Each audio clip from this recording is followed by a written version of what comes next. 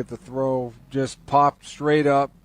Pretty routine. The only thing that made me nervous, you had 3 different guys that could have possibly got it. That's cricket. Now coming across King City, as this is chipped over the infield to the shorter side. Now, can Airee get there? Oh, I'm going to show you a shot of it here. Back at Ja and put down.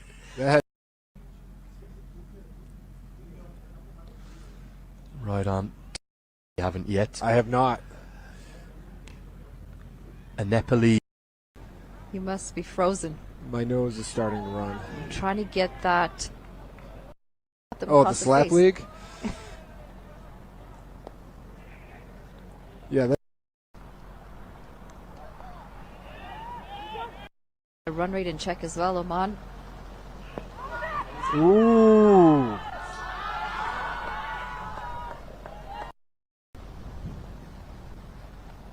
Well, down leg again and helped on its way. 4 runs added for Akibilias.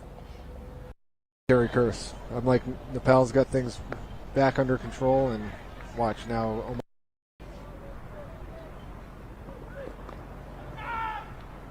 I think overall, if you're picked up a half century and brought his side in as well. As that one's hit down the ground. And it's going to get the distance. 6 runs picked up by Zishan Maksud. A little bit of extra zip on that. Slower delivery. Good change of pace. Do you only get 5 wickets? No, you get all 11. That's pushed. A little bit of flight. And a little slow through the air, Dipendra Singh Airee.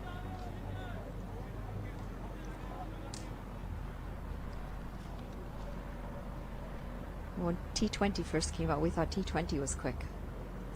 And it is, generally speaking, compared to the 50. Swing and a miss. Analysts for the international teams, the amount of stats that they pick up, you know. When you're putting together your strategy, your order. Oh, he starts with an orthodox leg spin delivery. Right. Yeah. But that we do specify that we're going water skiing. Like, you mean just skiing?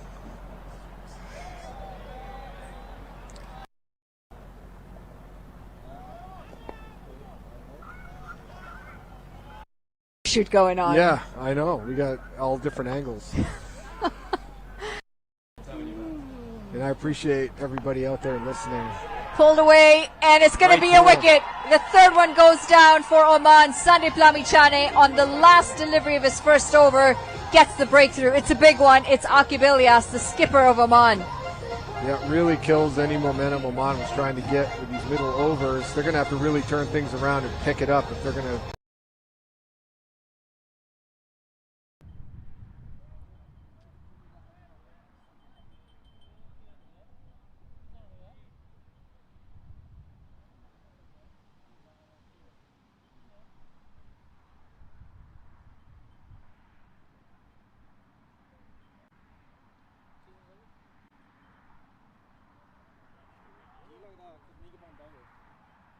Nepal are inching their way up with this total.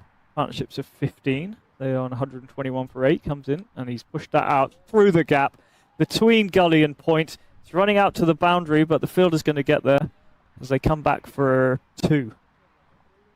There was some interest in a 3rd, but they weren't able to make it.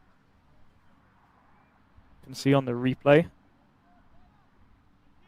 a nice push out through the offside. Guided between the 2 fielders. Kushal is starting to settle into this innings very nicely. We're on 123 for 8.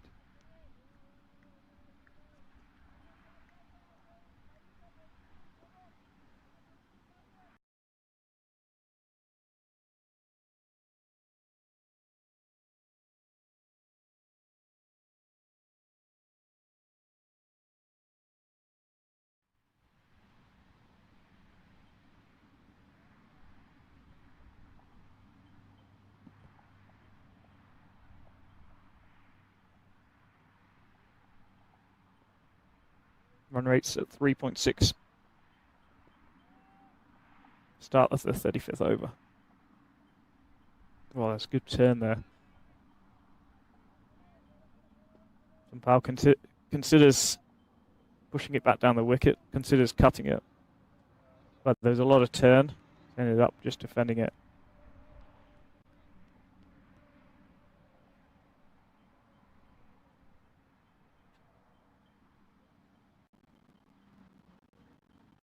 Oh, that's beautiful delivery. The keeling stomping, but is it not? Let's have a look at this replay. After pushes forward at the ball, does not really leave his crease. Optimistic stomping appeal, but it's good glove work from the keeper. An excellent turn there from Sheikh Patel, right past that. And again, well done by the Nepalese batter. Interesting little match up here between Sheikh Patel and Sompal Kami. Sheikh Patel's getting quite a bit of turn. Well, side of the arm ball. 2 balls to come. Sompal Kami's being patient. He's watching this delivery. Oh. Just hugs his bat behind his pad there to let that one go through to the keeper.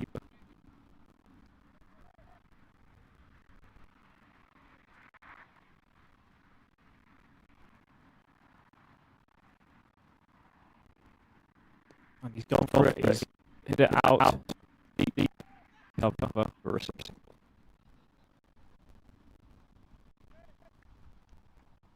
Pretty safe shot. Gets the single off the last ball of the over. To take the strike off the next over. Nepal on 124 for 8. Partnership of 18 between these two. Shahzad continues to his 8th over.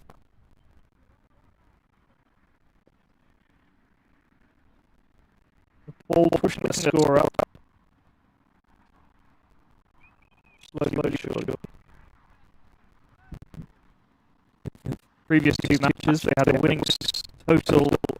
Back to first on both games, they had a winning total of 176 in.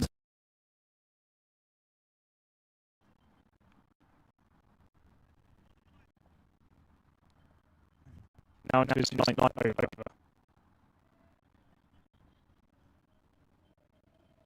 Partnership now up to 29 runs. I did not down. Oh, run out of chance, but ends up getting a full single. Yeah, so partnership wants a 30-run run out between the two.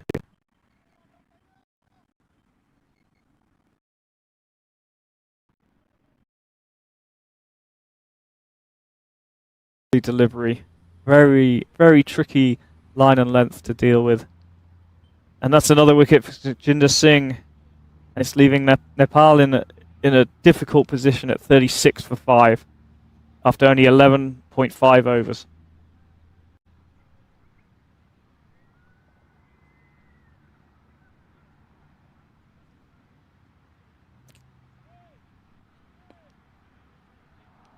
The new batter Arjun Saud is going to be coming in here with a real challenge on his hands.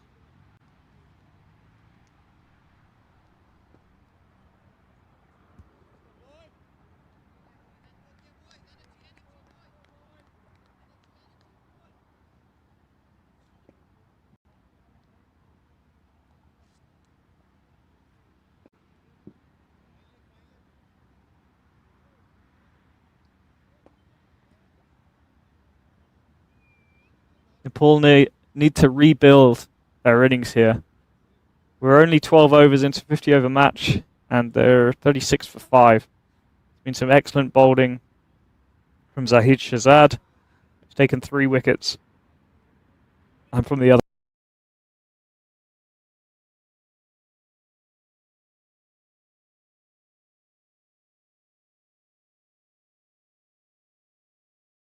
got Jaskaran Buttar in for his second over.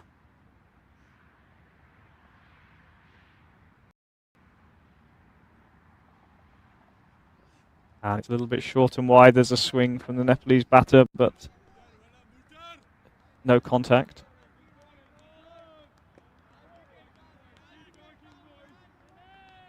You can see from the stats, Jaskaran's played quite a lot of games. Experienced player.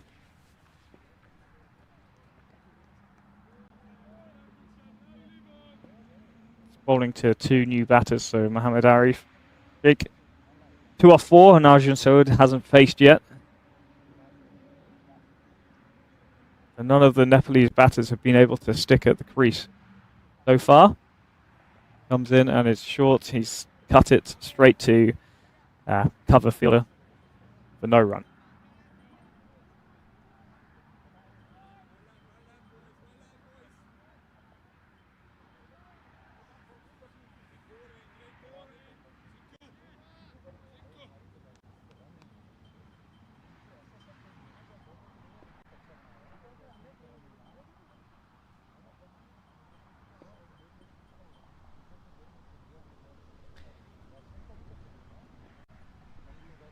He comes in, third ball of the over. Straight line, just tucked around. There's a gap in the offside, leg side, sorry, so they're having to run hard. Actually, the wicket keeper's made it all the way out to square leg to pick up the ball and ensure that Nepal aren't able to come back for a third run.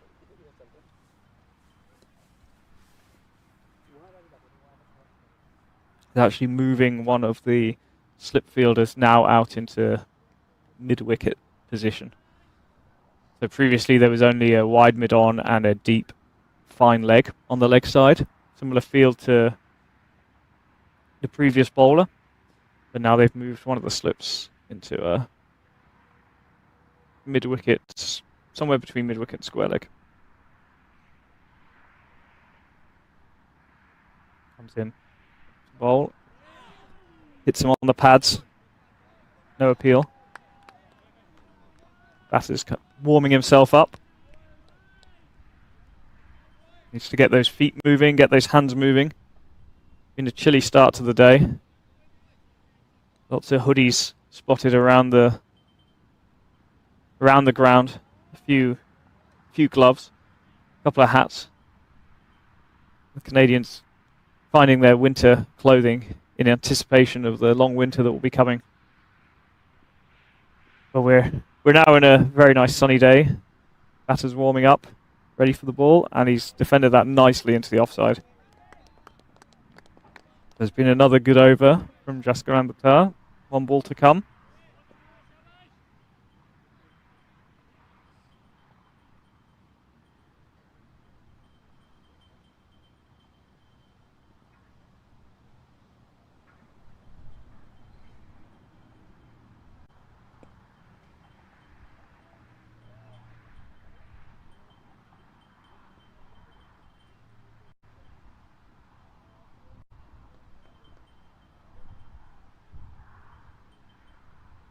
He comes in to finish off the over. Outside the off stump. Oh, extra bounce there. And the batter tries to cut it through the offside, but isn't able to make any contact. So another over passes by there. We're after 13 overs. Nepal are 38.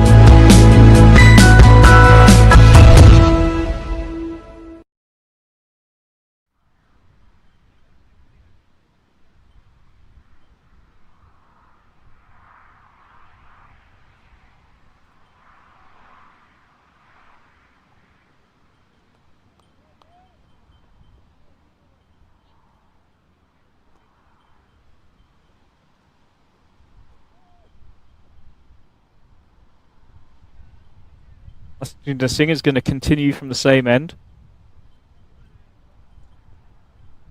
Figures 2 for 4.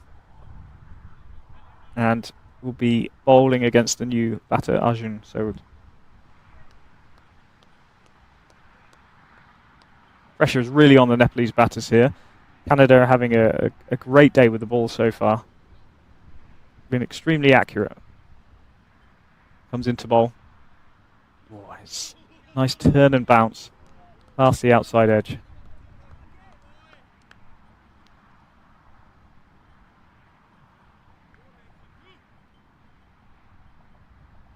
Comes in.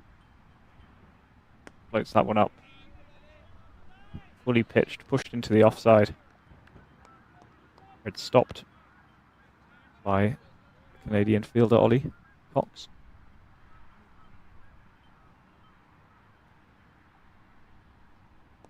Delivery just pushed into the point region there for a no run.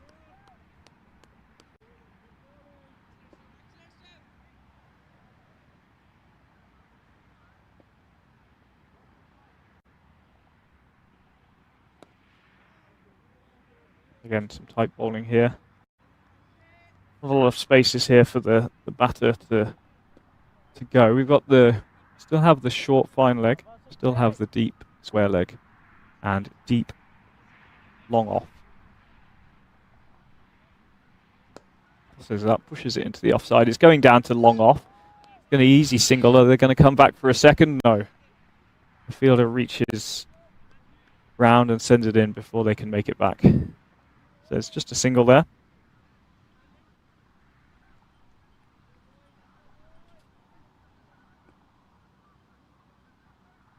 And he's coming in to finish off his over. One ball left to Mohammed Aarif Sheikh.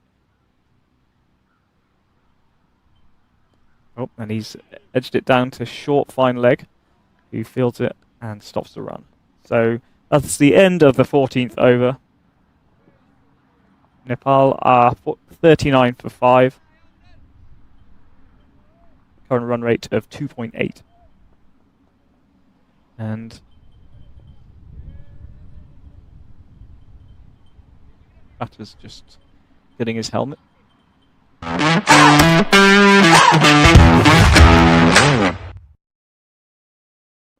Now on to face the fast bowlers.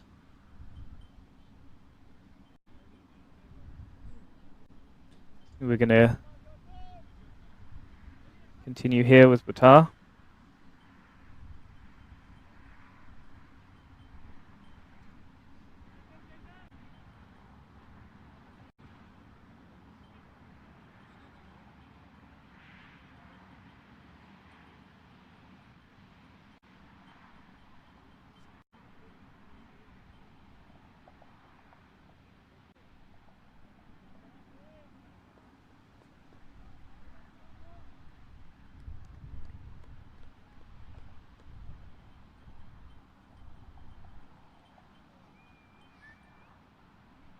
So we've got one slip.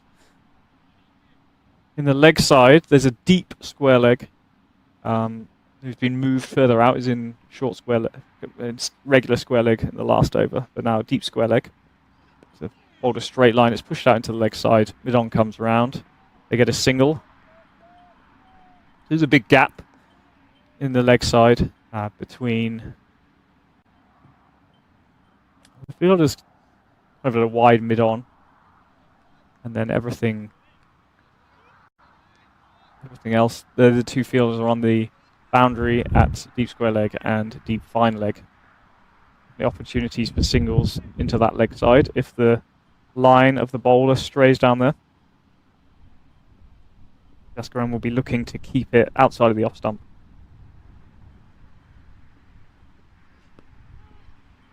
Pushes that one in, but the fielder's in close enough that he's able to stop the single.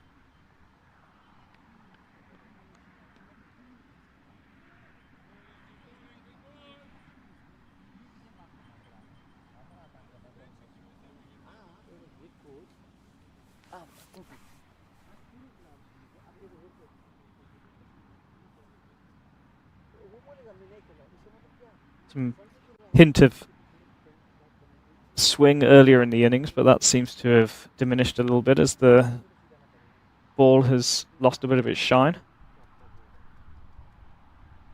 Karan comes in. Batter goes for the big shot, but contact not very solid, just rolls into the leg side.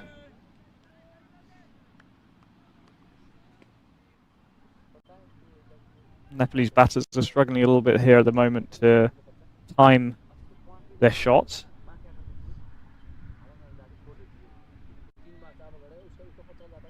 been the nice shots out through the offside, but they're going to have to dig deep here.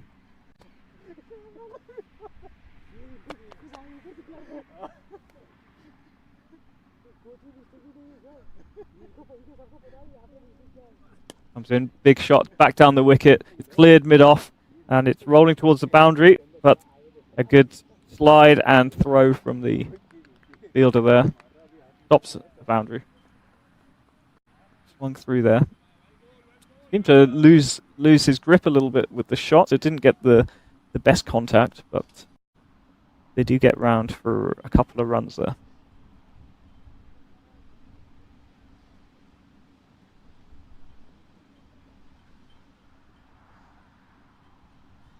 There's 3 off the over so far.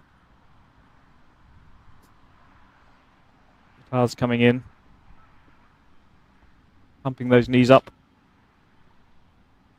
Back on the line. Good bouncer. Comes through chest height. Batter kind of backs away. Trying to steer it over the slips region. But ends up missing it. And so it goes through to the keeper.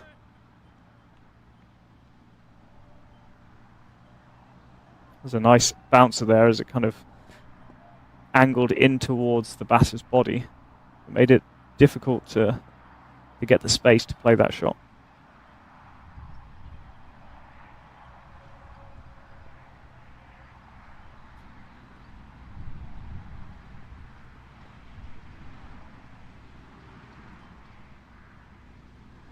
Comes in, final last ball of the over, just on the leg side a little bit. It's chipped into the leg side. For a single, bowler fields his own bowling, and that is the 15 over mark.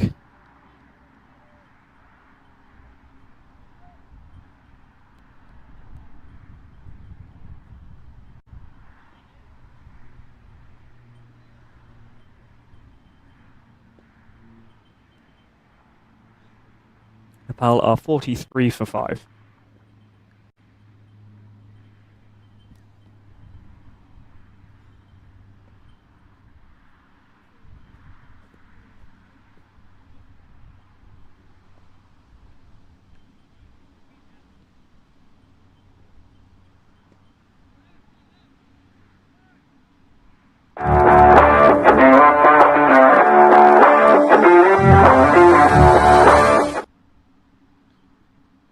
Here come.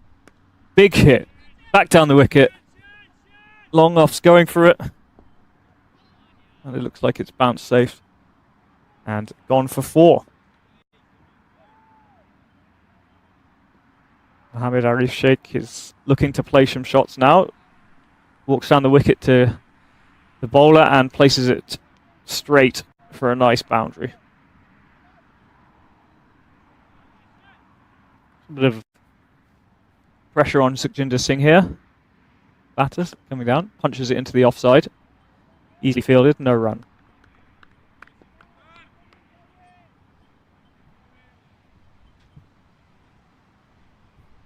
Comes into bowl. Runs down the wicket, whacks it over the leg side, and that's a big shot for a 6. A lovely connection there.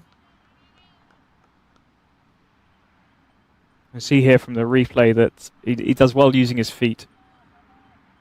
He comes out of the ground, out of the crease, a couple of steps, and places it over the mid-wicket boundary for 6.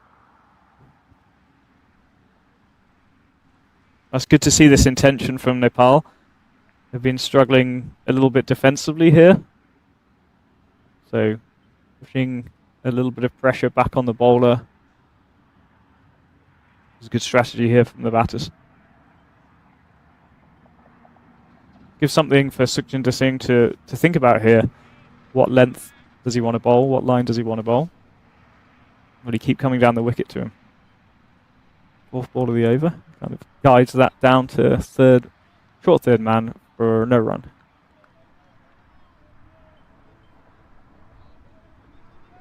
So he just dropped his length a little shorter there to stop him coming down the wicket. He's cut it through to point. Fielder gets a hand on it. but he's unable to stop the single. Stop the boundary, but not the single. That's a good piece of fielding. As we go into the last ball of the over.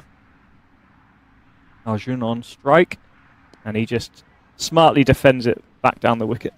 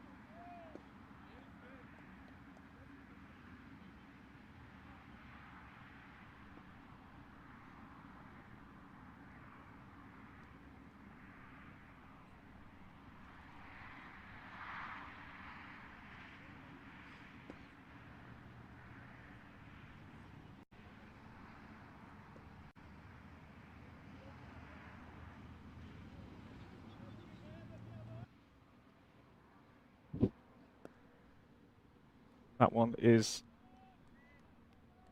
full pitch straight, back to the bowler. Much better from Bhurtel. Couple too many wides maybe from Canada. There was a lot of swing initially in the innings. Cost a few wides, but otherwise it's been very tight, very good bowling from the Canadian team.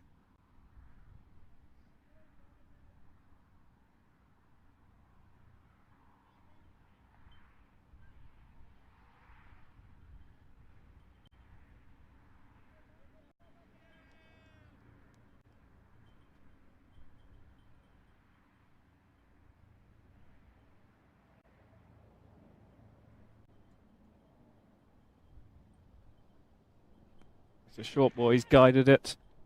Looks like it. One bounce down to the third man. So it's pretty safely guided. Nice short delivery there from Bhurtel. Arjun. Sorry, Mohammed Sheikh just kind of leant back and guided that through the gully region for a single. Well, over the gully region, I should say. It was in the air for a while, but pretty safe down to third man there.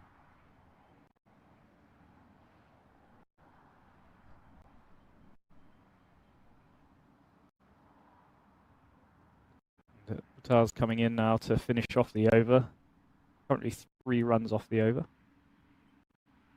Comes in. It's just down the leg side. They're appealing for a catch. Big appeal from the wicket keeper and the bowler. No one else seemed particularly interested. And it's been given as a...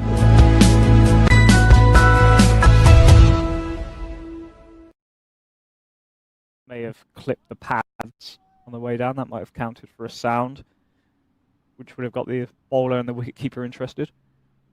Either way, not out, and Nepal are 72 for 5 after 19 overs. Run rate's moved up to a 3.8.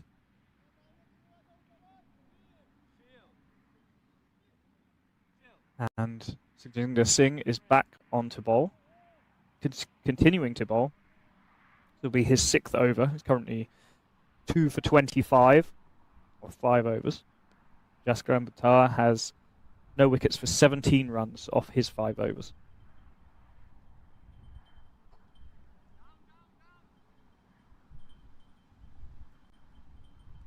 Going to the 20th over here. Dipendra walks in. Batted nicely back down the wicket.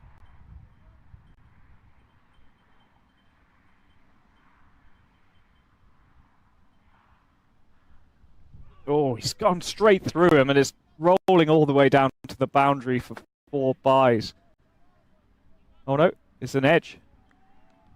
The umpire's signalled runs, so there may have been an inside edge here. Let's have a look at this. Yep, looks like.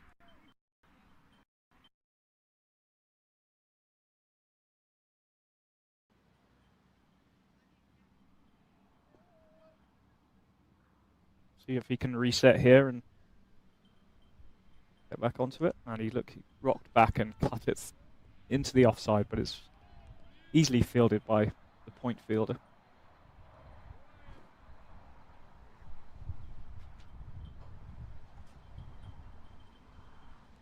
Comes into bowl.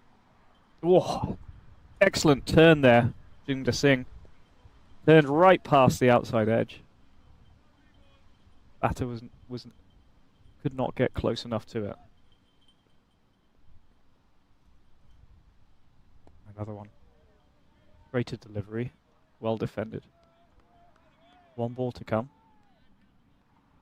Current partnership, 40 runs off 47 deliveries, which has been very promising. Comes in here to finish the over, and a little inside edge into the leg side. The keeper goes to field it, but it comes in and picks it up. Keeps it to a single. So there's been partnership moves now to 41 runs, which has been a very good recovery from 36 for 5. Now we're 77 for 5. Between Nepal and the high performance team from Canada. A slightly different take today.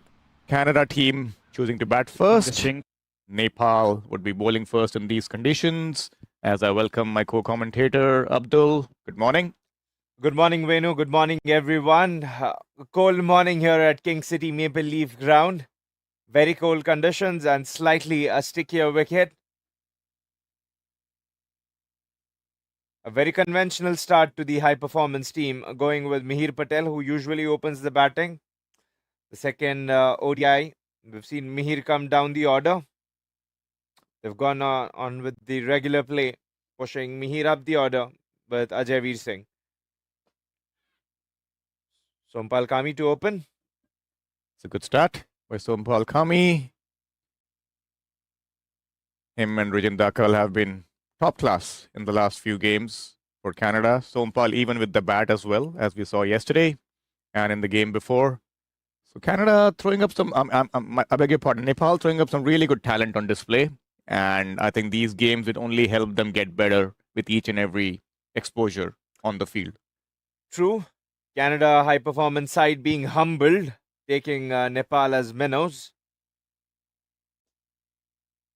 Rightly there on the money for Ajayveer Singh, who hasn't been able to make a big score so far. With the saves of his potential talent, a promising young talent, Ajayveer Singh, still very young in the early stages, getting the support to develop himself and improve his game.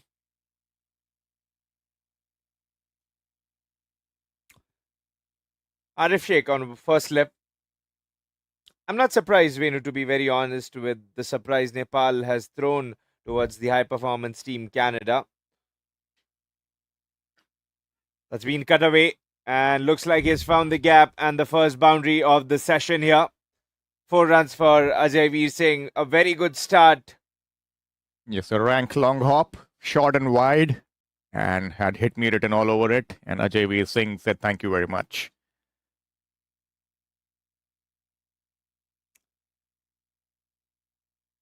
Yeah, I think coming back to your point, Abdul, definitely Nepal have shown that they are in for a fight out here and they are in to kind of showcase what they're made up of.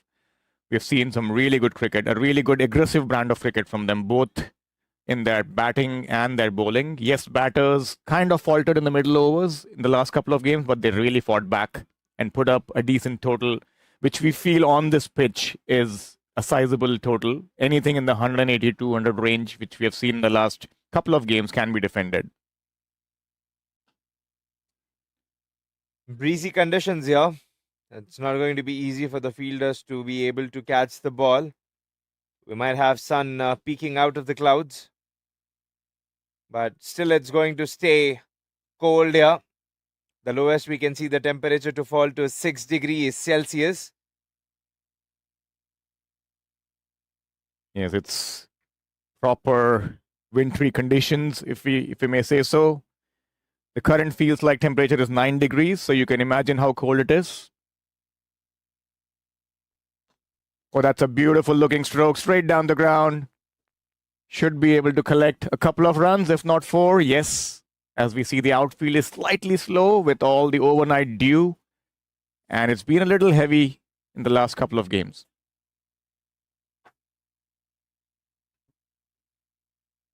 Good start because after the first win, I think the high performance team were pretty complacent and taking Nepal for granted. And a great comeback from Nepal team. They've shown why their prowess has always been spoken about in the cricket and why are they on the surge of development and growth.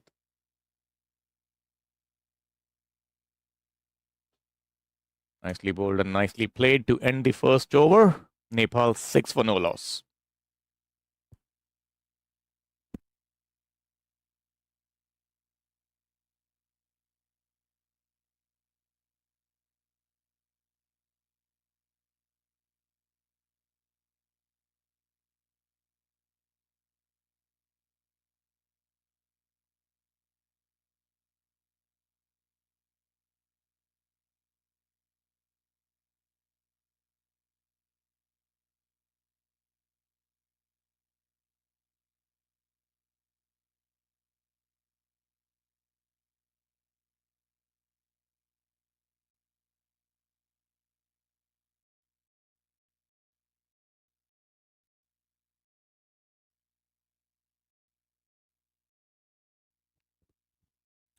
A good take for Canada is that they've elected to bat first today, especially because Nepal being very dreadful with their spin against the high performance side. As the wicket rubs off, it grows old, it gets to the benefit of Nepal.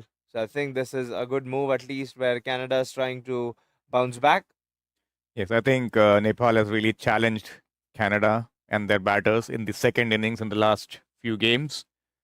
And as you rightly said, there's a lot of dryness in the second innings, and you see a lot of puff of dust coming out of the track, and the ball tends to grip and turn and holds on to the surface. Not easy batting conditions by any stretch of imagination.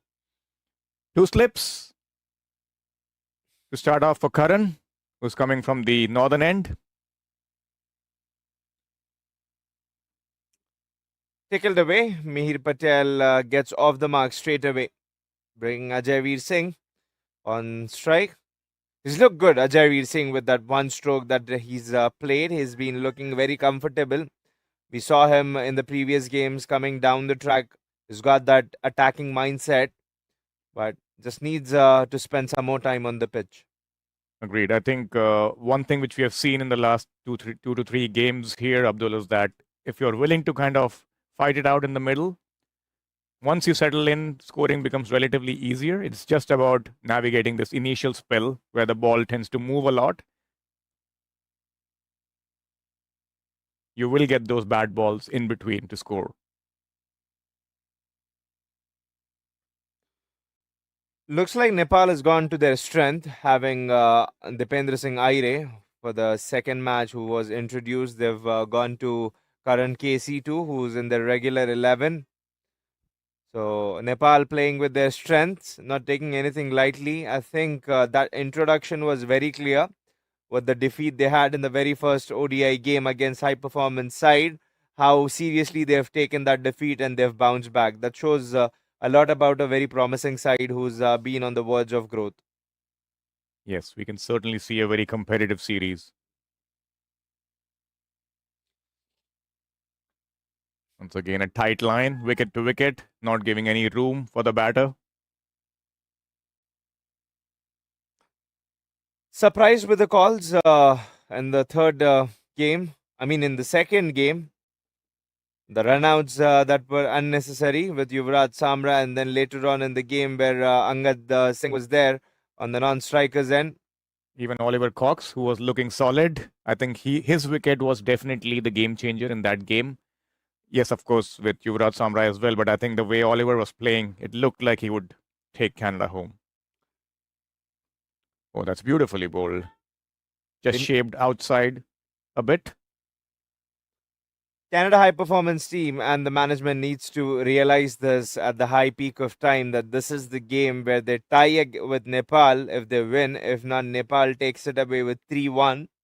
So this is serious because now they'll have to play with the strengths of the players, with the order they're more attuned to. That's where the music is sweeter for the players, knowing when they're playing in the position they usually bats.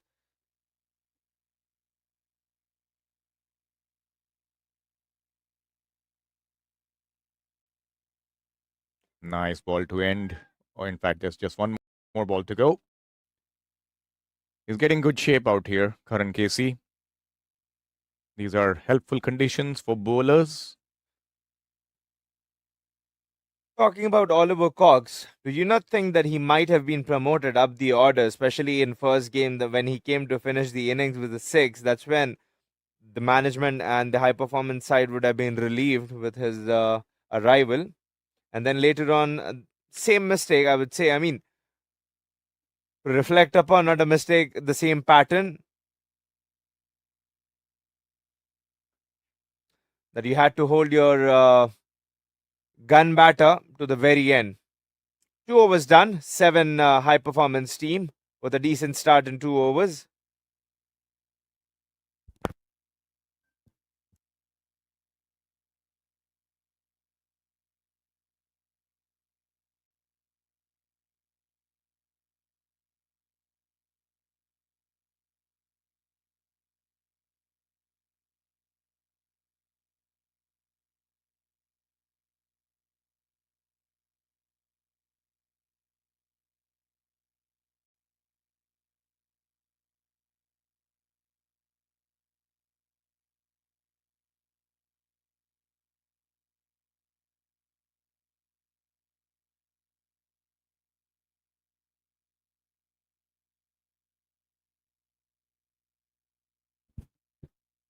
As we see another over from the pavilion end, Sompal Kami to continue.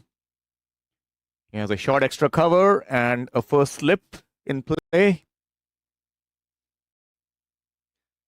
The ball's been coming nice onto the bat, despite the dew.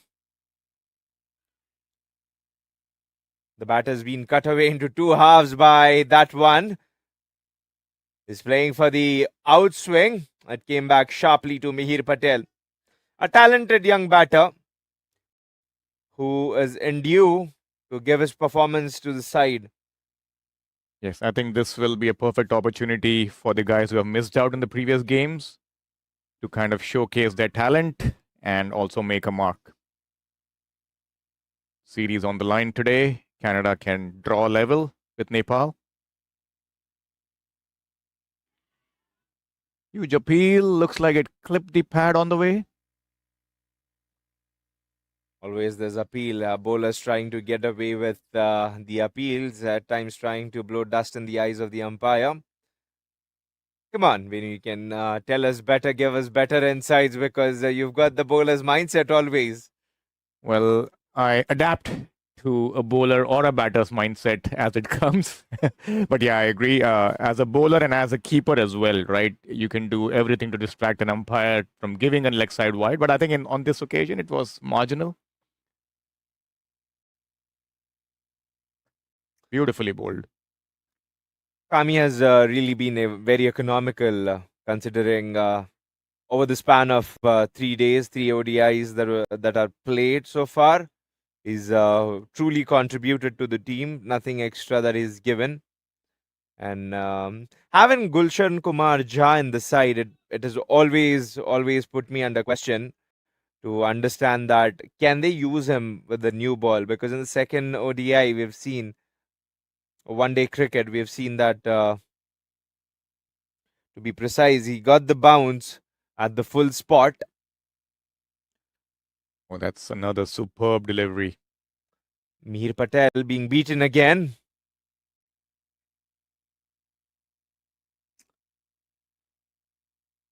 Times of trial for the opening pair at the moment, with the puff of wind.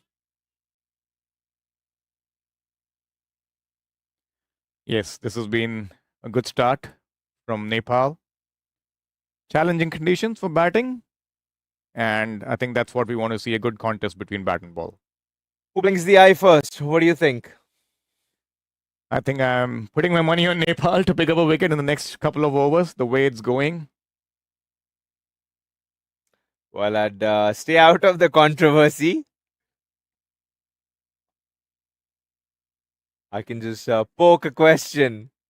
Well, to give credit to the batters as well, I think they are fighting it out, to be honest. They are displaying some good technique, I must say. I'm impressed with the way Mihir Patel is getting behind the line of the ball and just trying to play the line and not doing something dramatic.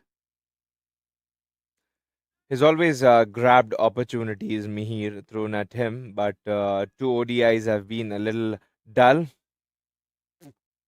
So he's looking for that breakthrough where he comes out in the shining armor for the team, helping them attain victory. Nicely played. Was too full. That swing's been surged by Sompal Kami. That finishes the over for a maiden.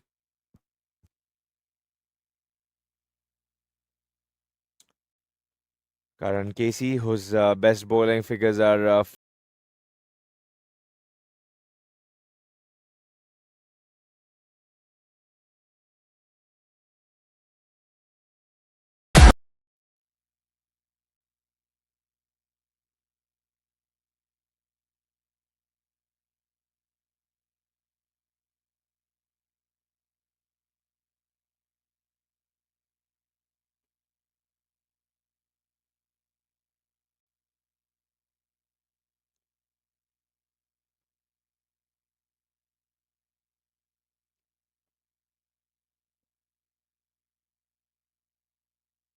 Beginning of the 4th over, Karan Casey to Ajay Singh.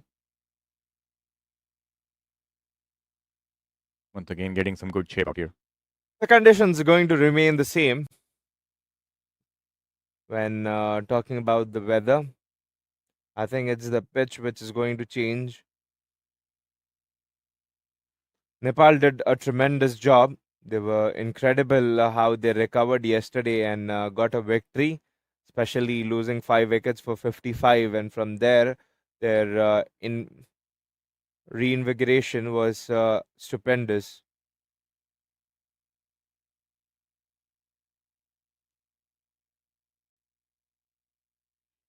Oh, that's a top ball once again. And really good leave as well. I think it's important for the openers out here to decide which ones to play and which ones to leave.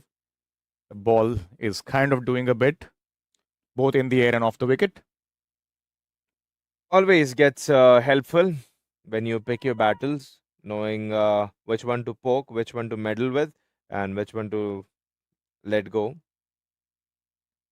I think the art of leaving the ball in today's times, Abdul, has kind of diminished a bit. And I think that's what has to be on display today in these conditions.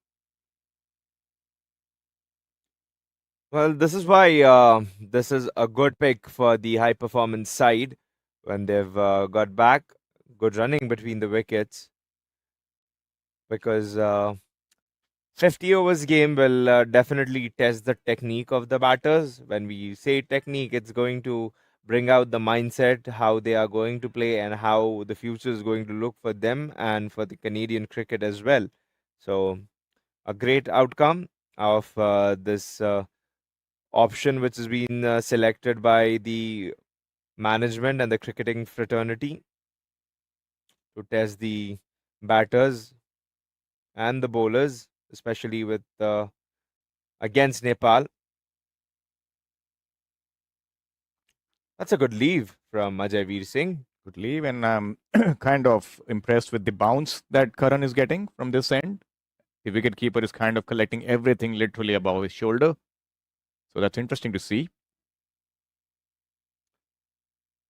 Well, I'm surprised if Gulshan Kumar Jha won't be used, because remember the second game, taking the conversation back, spinning the wheel, that how he was able to get that bounce, that sharp bounce from the full area where the keeper was collecting right near his face. So would he be a potential option that the captain of Nepal might be considering him to use in the power play? If he's able to get that out of out of old ball, that means he might be able to perform a trick or two with the new one. Absolutely. I think he was a proper game changer in that particular game on Saturday. He used the cutters to good effect as well. I think it was holding up on the pitch, and he was consistently hitting that good length spot from where he was kind of getting that disconcerting bounce for the batters to play with. His variations have been supremely impressive, because as a bowler, when you know what your strengths are, it gets tough for you to play against them, and it gets you at times greedy too. The tailing away ends the over. 4 overs done. 9 for no loss.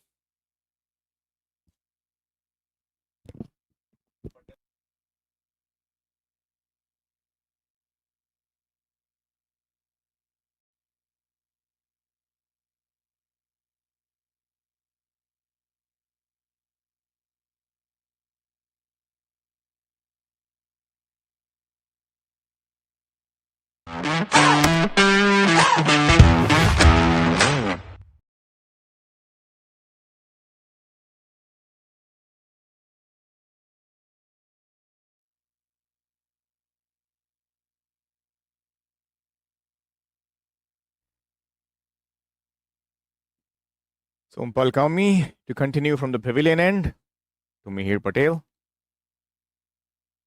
Flipped around the corner towards fine leg for a single. I think Canada needs to find a way to rotate strike in these initial overs, settle into a good batting rhythm. That has been a chop on for the high performance side, especially falling behind for taking singles. That's where they themselves choked on. Yes, I think on wickets like these, it's all about classical batsmanship wherein you find the spots, open spots in the field to rotate strike consistently. You won't get too many bad deliveries, and the ones which you get, you got to put them away, and the ones which you don't, got to find a way to rotate strike.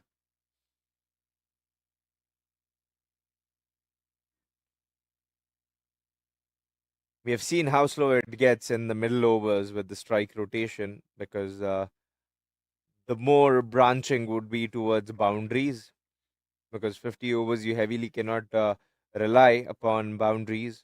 And Ajay Singh has looked in a great nick today, much more controlled approach. Looks very compact. Does not throw his bat at the balls. Once again, displaying good technique out here, playing with a straightish bat, not trying anything untoward. You see anything change with Ajay Singh today? I think he's looking a little more composed to me, looking slightly side on and trying to bring the bat straight. He's not coming down the track. What we've seen in 2 matches. He's not losing his crease there, waiting, playing the ball late, especially with that swing and the breeze blowing across. Not knowing, Sompal Kami has shown us the sign that he can take the ball into the stumps. So this is good for Ajay Singh to play late. Look at that, freebies here. They get a free wide plus 4 runs. That'll be relished by the high performance side. Yeah, rank bad delivery.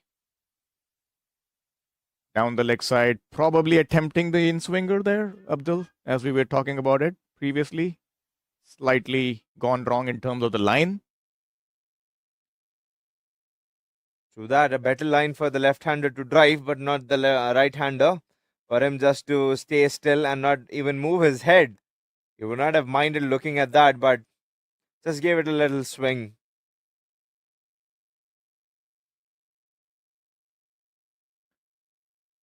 Good comeback. You'll see a lot of players today wearing their beanies and their jumpers. As we spoke about the weather, it's getting cold out here in Canada. The very first time I heard beanie from the time I've been in Canada, because it is referred as toque. It's good to hear the term beanie again.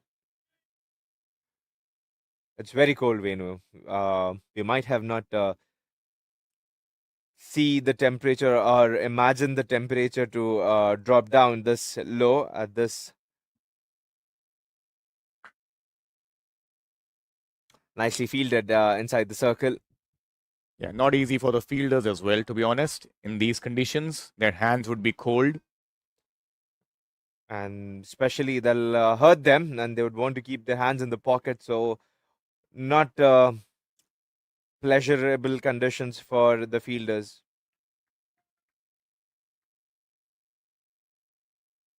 And guess what? It's not going to get any warmer during the day as well. It's going to be windy, cloudy.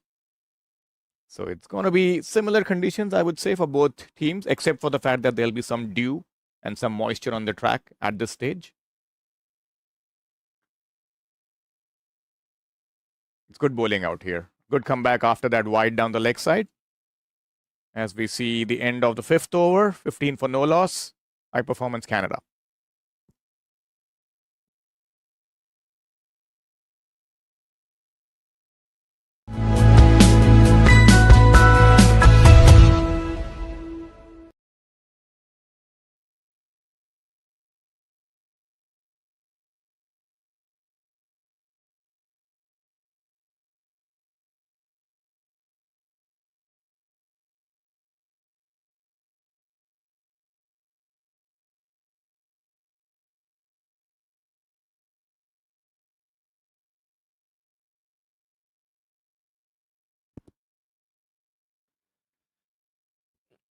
Kudos to organizing such a pathway for the players to improve and develop their skills regarding cricket.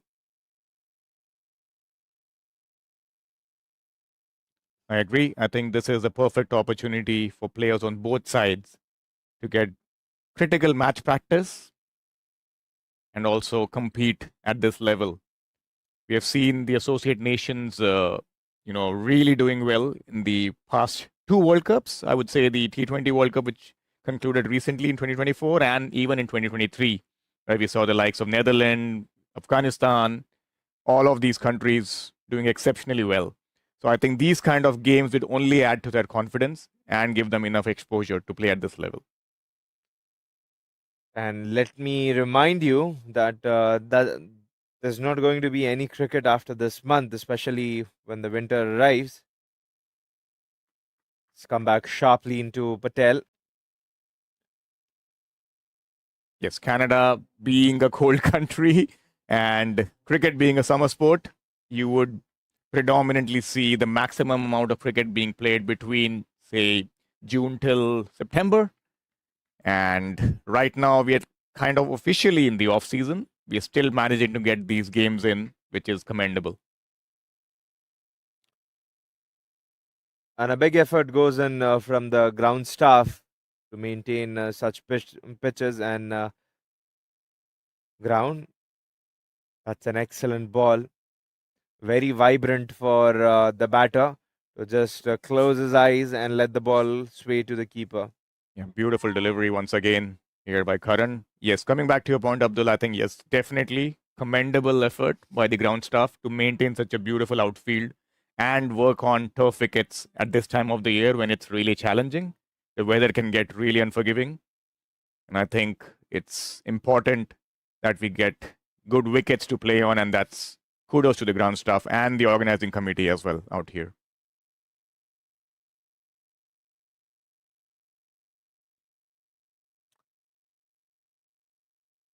This is good bowling out here by Karan. Bowling a tight line, not giving anything away. What do you think to keep the momentum and having an upbeat camp to make sure there's no slack again in the game? How would the players be prepared to combat winter, especially being no outdoor exposure, no outdoor games? What do you think the players may be thinking to take upon? So generally what we see here in Canada is we have a few indoor leagues going on during off season. Obviously, that's one way to be in the game as we come back after this ball. Nicely bowled once again. Inside edge onto the pads. Coming back to your point, I think another factor that we see, from a perspective of being game ready during off season as well is some of the players go down south towards the US. They play a few leagues out there in a few places where it's still warm enough to play. Texas or the West Coast, those kind of places where it's still a good time to play cricket. Or, some of these other players also play county cricket or even play in Australia in some of the leagues down under because that's the summertime there. So there's, multiple ways to keep yourself in shape during the off season. As we see him advancing down the track this time. A good option for the players and the teams.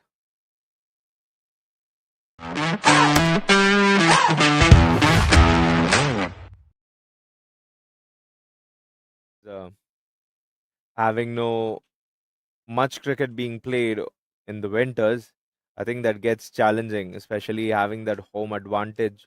The teams would be thinking that they need to read the conditions properly and assess them, but I think that's one layer, the shade being taken off from your head because you don't know what the pitches are going to be, especially how is it going to be developed after 6-7 months of snow, and you not being completely aware of the conditions. So it's going to be new to you as well as the country visiting.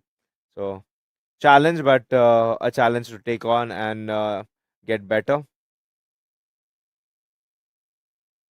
See a false start, the batter being distracted by something. Yes, I think in Canada, if you see Abdul, there's always, layered ways to see how the cricket season develops. In the month of May or early June, you'll see the grounds being soft after the cold winter and the snow.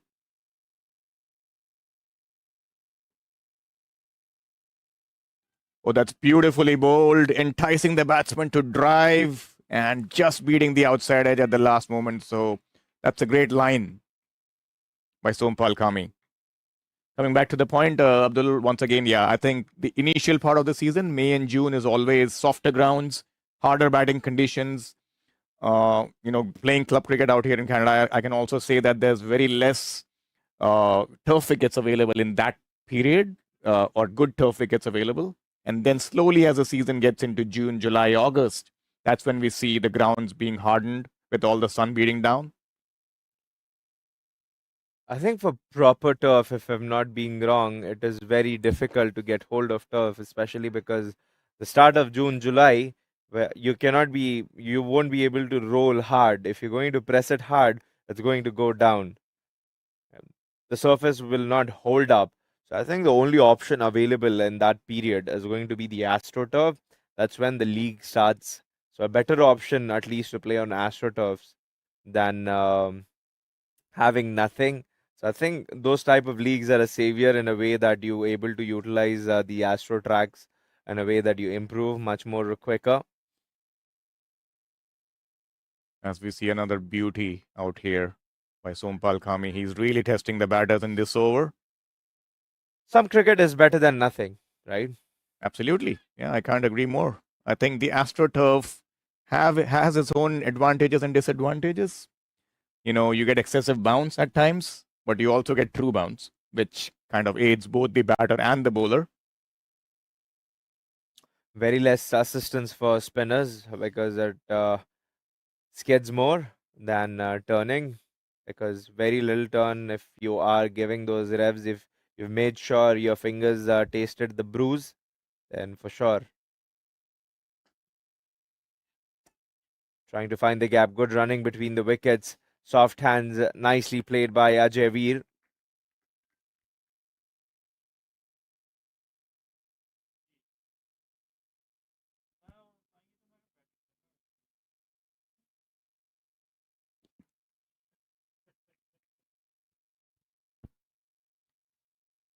It's been a tight start here, both from Nepal's end and Canada's end. I think we're seeing proper attritional cricket in terms of who blinks first. Haven't seen any rash shot played yet from Canada's end. As we speak, we see one being played down the ground and nicely timed, controlled, and placed in the gap. The first boundary, or should I say the second boundary of the innings. Technically correct if it is Mihir Patel, because that'll be his first boundary and second of the innings. He's had enough. Mihir Patel, Sadar in the slot, uses his high elbows to get hold of the better of Sompal Kami. Yeah, the trick was to play with a straight bat.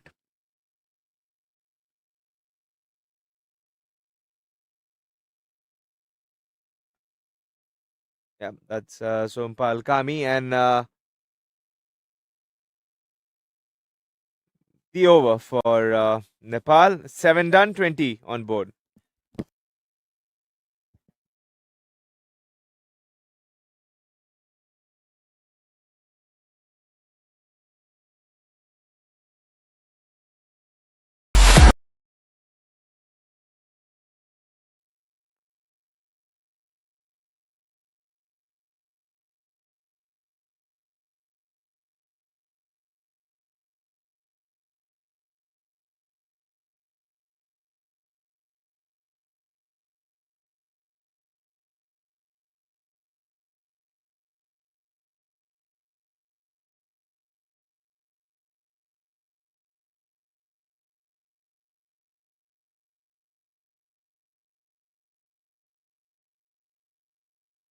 $20 for no loss, 7 overs gone.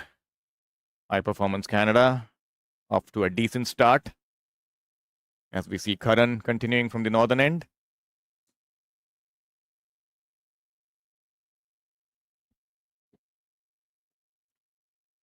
That was some real drive from Mihir Patel, wasn't it? Yes, I think he controlled it really well. He didn't reach the pitch of the ball, but he played with a straight bat, made sure that he just had to time the ball and get it over the infield, and placed it perfectly between the bowler and mid-on. Risky, yet paid him results because the fielder was inside the circle. Anything an inch wider or mistimed could have got them different result, ending Mihir Patel to go back to the pavilion.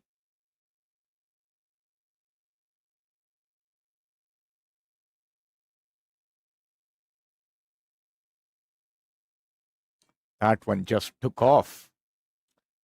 The batter is as surprised as the keeper would be. Wasn't even a short delivery. It was kind of in the good length or a fullish length area.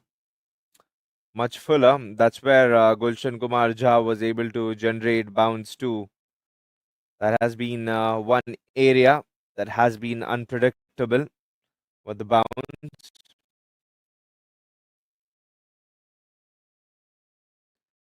To the bowler's delight, good for the bowler.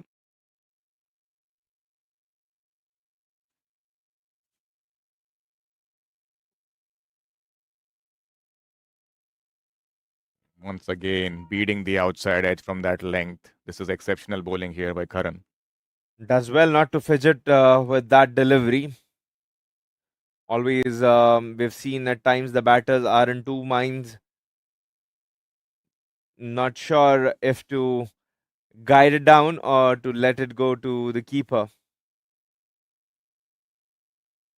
There's nothing much you can do with that delivery, Abdul. If I was the batter, I would be happy leaving them alone at this stage.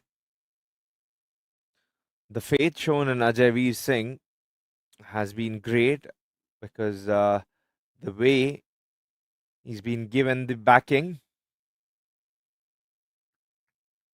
it comes with a prize.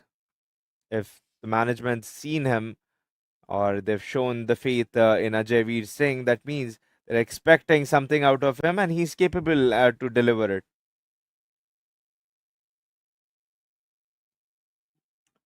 Especially being picked up by the GT20 team Vancouver Knights. He's had the opportunity to be with the best. This year we had Usman Khwaja visiting alongside Wayne Pretorius from South Africa. That not only restricts the players to their own team, but also having the additional chance to rub their shoulders with the other players too, because it's an open pool where you stay together. Yes, that's a wonderful opportunity for cricket in Canada to grow, the GT20. So another successful season concluded this year. Good exposure for all the younger Canadian players as well as players around the world to come to Canada. Head and shoulders right, where we see the cricket moving.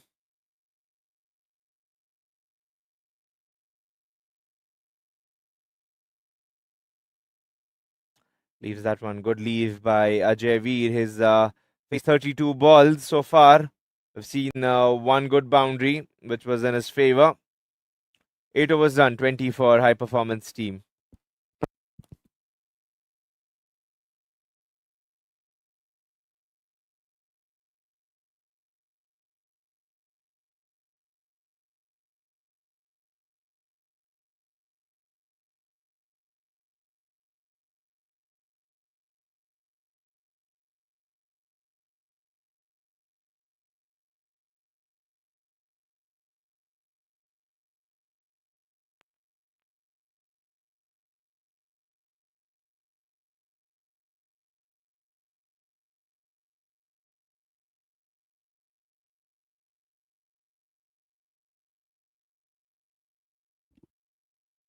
Flipped away to start the over.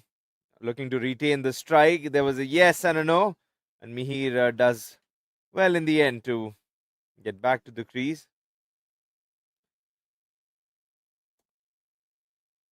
Not many balls he's faced. Might be a fissure in his momentum. Yeah, At maximum times, strike being taken by Veer Singh till now. at times teams try to break the momentum not by keeping you on strike or making sure that you dot the balls, but also there's an option to keep you away from the strike by stationing you at the non-striker's end. That's one way. If not attacking forward, try using the other way around. As you can see from the way the camera is moving around as well, there's a lot of wind today. Not easy conditions for the players in the middle as well. Imagine how difficult would it be for Nepal, who it gets cold in Nepal too, but I'm sure not this cold because from where they come.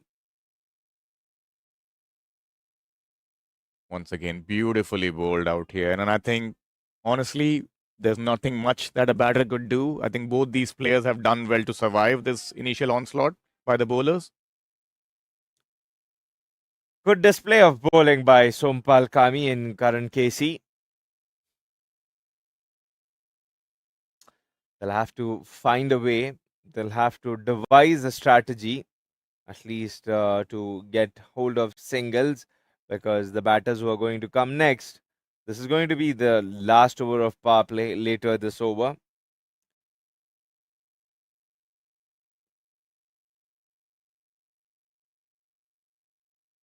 Light leading edge.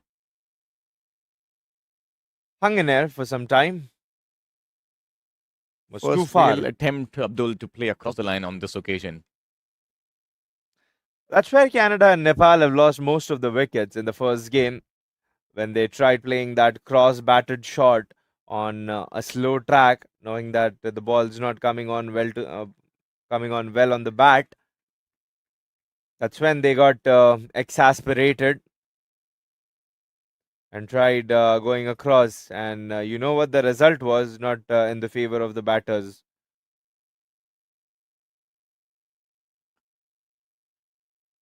Oh, this is brilliant fielding in the covers. Kudos to the Nepal team to be throwing themselves around, and even in these conditions, not easy with the hard ball hitting your cold hands. You got to make sure in this weather you try to keep your body warm. You try to move as much as possible. Give that movement to your muscles so that when the ball comes to you, you don't have a surprise box being opened up and you feel reluctant to hold on to the ball.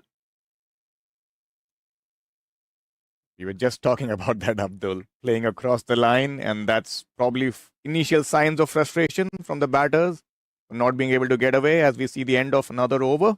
22 for the loss of no wickets.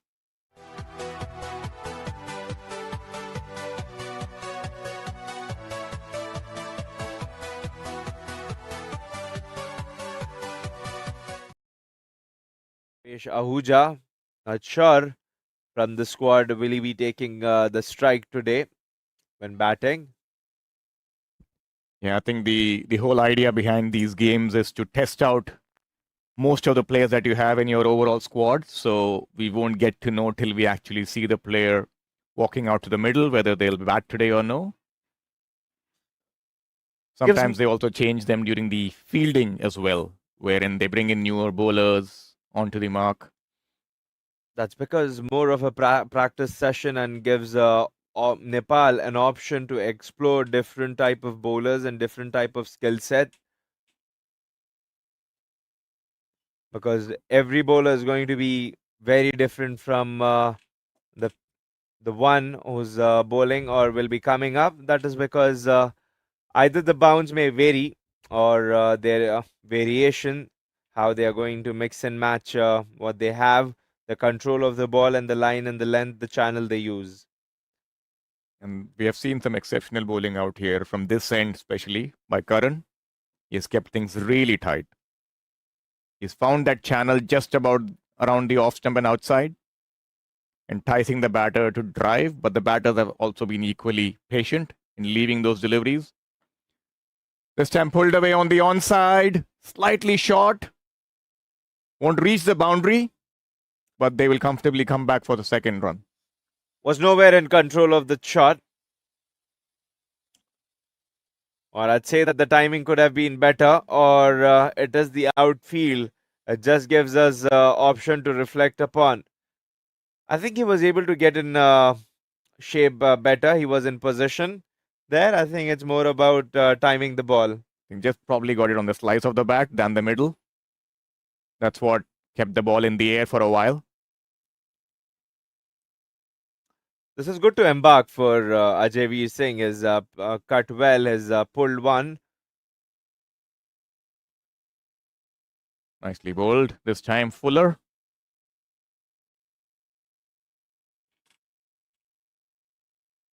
I would like to see Karan KC if he'll be able to use the new ball an inch wider on the same line, making sure that a proper drive shot is produced by the batter. Might be conducive in the run for Karan KC for wickets.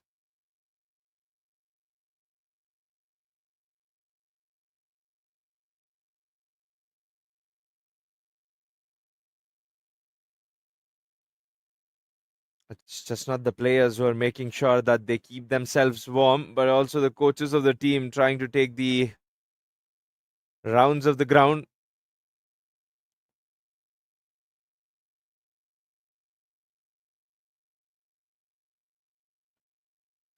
A little more fuller in the same line.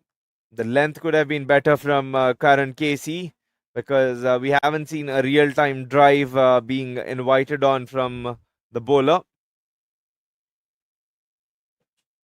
Yes, Karan has been superb so far. Just given away 5 runs in his 5th over. As we see the sun hiding behind the clouds.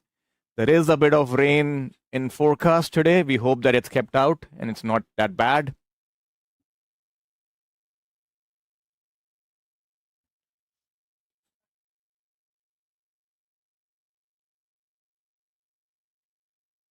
That's a beautiful delivery once again. Shaping at the last moment, leaving the bat, but he was up to the mark in terms of defending it. Ajay Singh looking solid. Faced most of the balls. 37 deliveries for his 11. Mihir Patel on the other end, 8 of 22. High performance Canada, 24 for the loss of no wickets. This is the 10th over. The last ball of the 10th over coming up.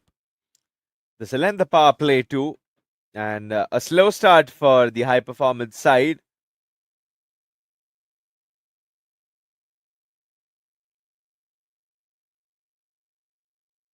There has to be some sign of aggression at least now. Especially with Ajay Singh, who's played maximum number of deliveries. End of the over. 24 for the loss of no wickets. High performance Canada after the end of 10 overs.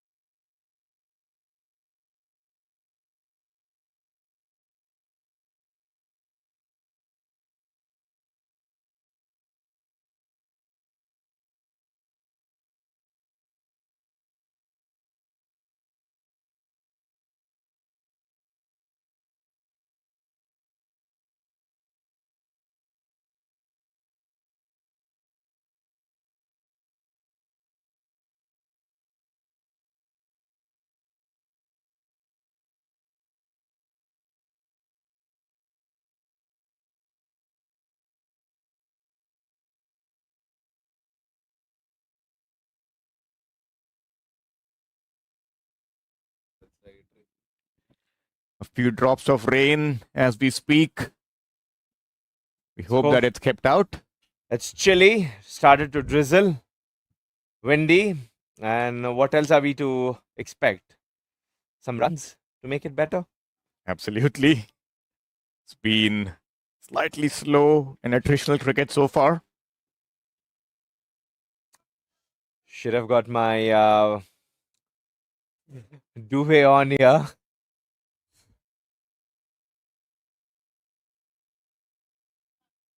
As you can see, the wind is picking up a lot and the bales are falling apart. There's an appeal from the side of point. Oldest trick in the book. Appeal for hit wicket. I think he did it a little too early. Probably should have waited for the ball to be bowled.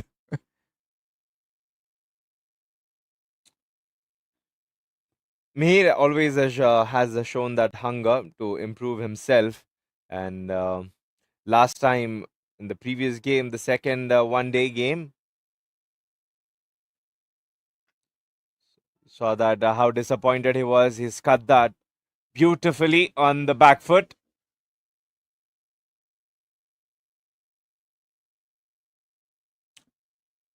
Solid shot, I would say, apart from on drive. In my book, this is the shot of most difficulty to punch the ball on the back foot. You need to have that hand and eye, great coordination. One of the better players of back foot punch for me is Kane Williamson. Especially in these conditions as well, right? When the ball is moving around, you got to get behind the line of the ball and also time it perfectly. And not just the timing, but even the placement. And on this occasion, I would agree, it was beautifully played. Exactly knew what he was doing.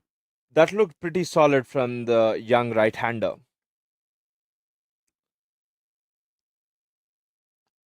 Once again, nicely behind the line of the ball. This is good batting out here. I think, yes, we agree that it's a slow start. But I think given the conditions, Abdul, I just feel that they got to respect the bowling on offer. It's not an easy wicket to bat on and not easy conditions as well. As you can see, a lot of cloud cover picking up.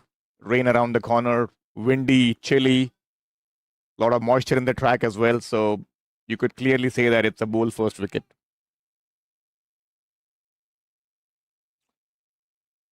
I'd say that half and half because the reputation has got hold of that. No need to run because there's fielder. Will only allow them to take one. Yeah, that was a good controlled pull shot as well. Kept it down, rolled his wrist. Did not attempt to hit it in the air. Playing some safe cricket out here. Not attempting any wild slogs or not going for anything extravagant at this stage. And especially with rain around the corner, you might want to be there, stay not out if there's a break in play. Yeah, I mean, three chances, in fact, for Ajay Veer. If he's going back again to dugout without scoring, will be a long walk for him. And he himself, with the potential he carries, will not be pleased. Because a chance always comes with a cost. And the cost is either you lose your chances or you deliver to the team.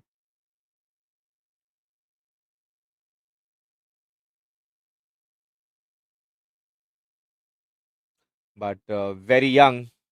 Speaking about Ajay Veer Singh, who's relished this opportunity.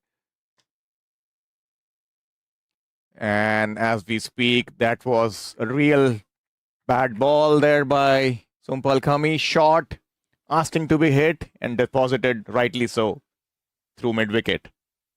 Sendat was there to be punished, and Ajay Veer had no doubts to play that one by rolling his wrist into deep mid-wicket region for a boundary to end. A good over for high performance side with a boundary in the end. 31 for 11.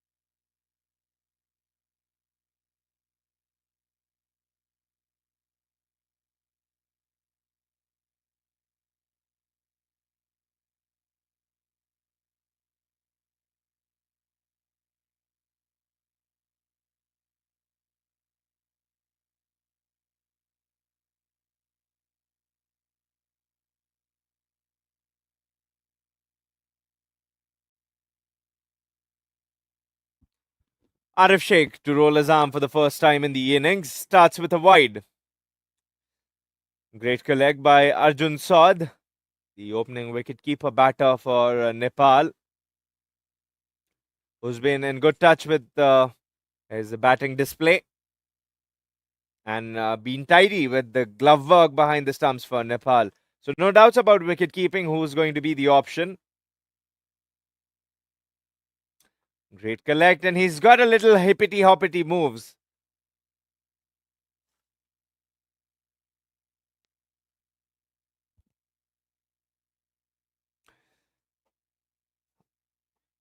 Nepal's growth in cricket has really been spoken about.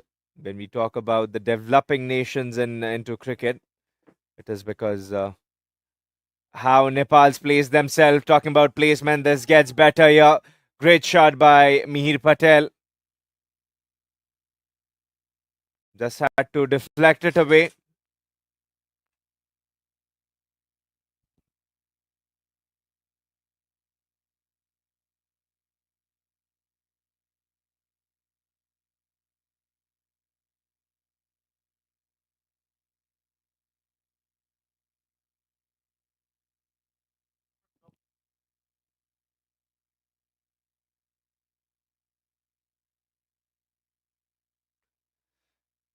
Javeer Singh currently batting on 15, partnership of 33.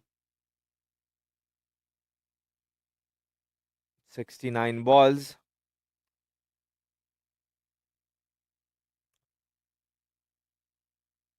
A little away and bad control because Nepal were much in control of the ball and the line and the length. But their wides played that in the gap.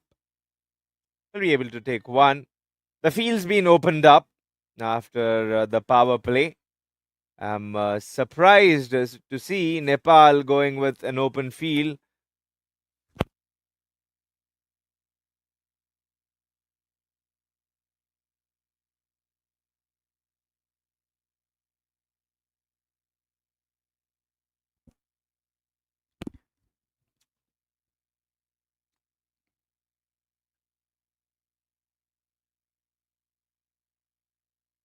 He's not going to drop, definitely Arjun Saud.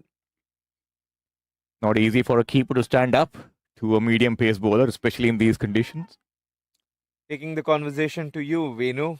The high performance team was not able to score much runs in the power play. So opening up the field has given them a chance to score singles. So I think what the captain might have thought, would he spend a penny to keep the field closed instead of open, be more attacking, and cancel that single? I think it's pretty much evident that you need to cut down those singles and rather err on the attacking side than on the defensive side, given the conditions. I don't think you'll get these kind of conditions ever to apply pressure on the opposition. Perfect bowling conditions. I'm sure the county cricket won't be this cold. It's been always horrified with the grey skies. End of the over.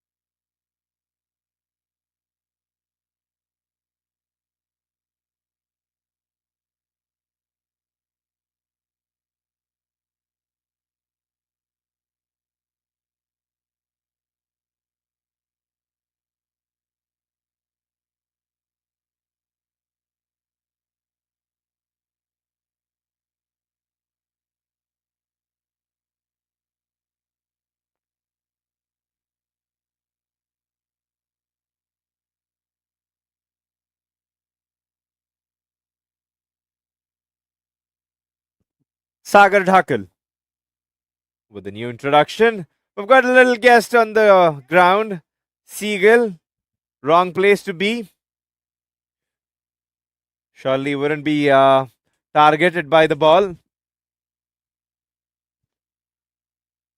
Reminds you of those good old days of watching cricket on Channel 9 in Australia, especially in places like the Adelaide Oval, where you'll see those seagulls hovering around the ground. I think at once it was South African team which injured the pigeon. Right there, good sense of control from Sagar. Change from Nepal side. Finger spinner right in front of the stumps against Ajay Singh. I think it's high time now that they start finding out the ways, figure out that how they are going to start make runs.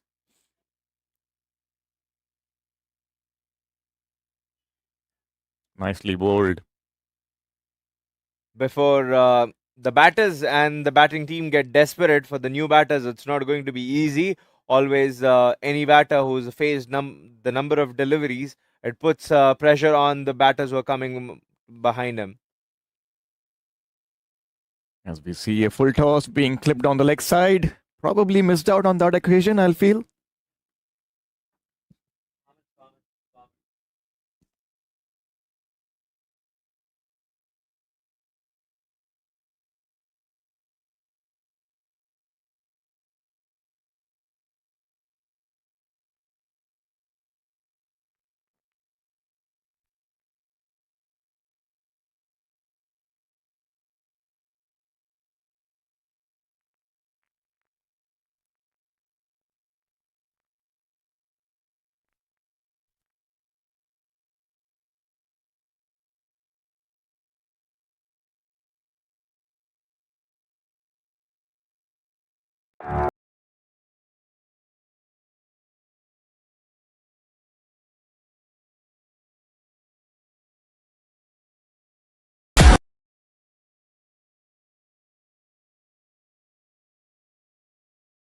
Northern end.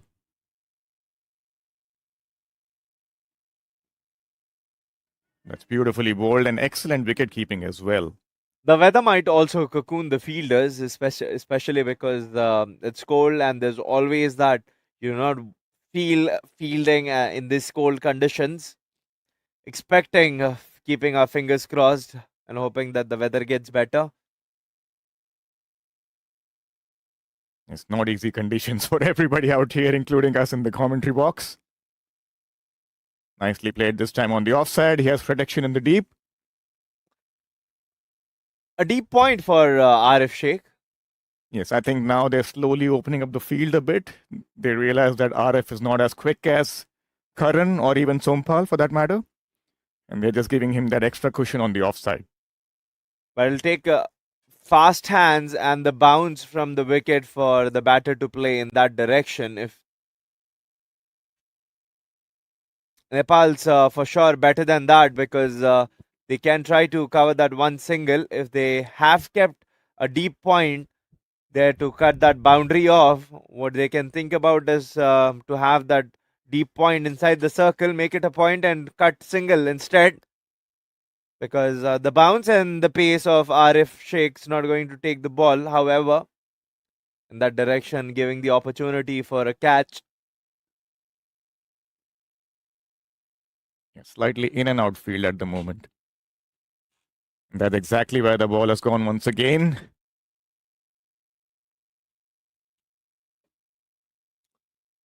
Loose ends from Nepal, according to me right now, Venu, because again, reflecting upon where the fielder is at deep point, the concern is if the ball is going to come to you very quick, you can always ask the fielder to take a start from outside the circle. That gives an opportunity to counter. Yeah, I think the singles have started flowing a bit the last couple of overs. As we see another one played on the offside. And I agree with you. These are the runs that they need to stop. And strike rotation doesn't help the bowler in any way.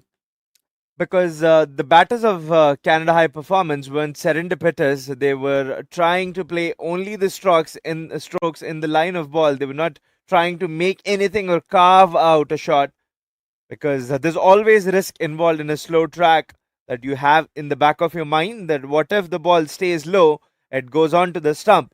So it always keeps you on the back foot for not trying to express yourself completely.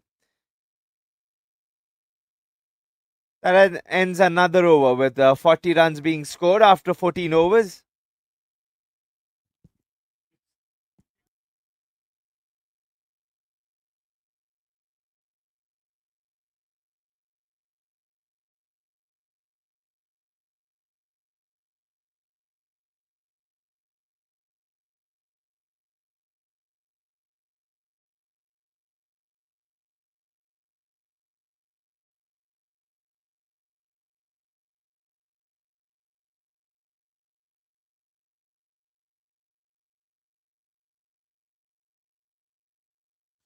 Too early for this.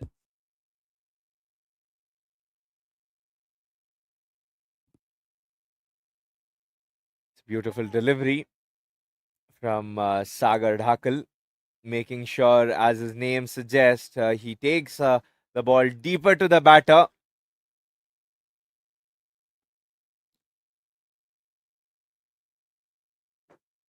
Quicker through the air. Timed it in the gap. Will be coming back Slight with a fumble. midfield.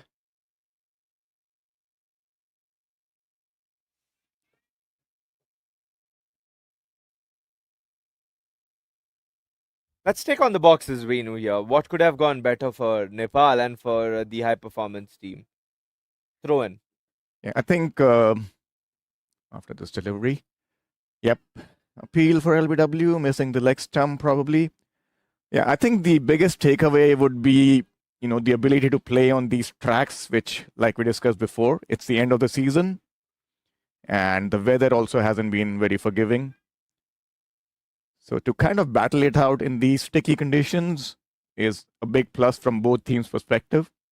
We've seen some close games as well in the last two games. And one more appeal for LBW, and the umpire once again denies. Scores of 180 odd being defended in the last two games, that has been heartening to see. I think every cricket fan loves watching those low-scoring thrillers.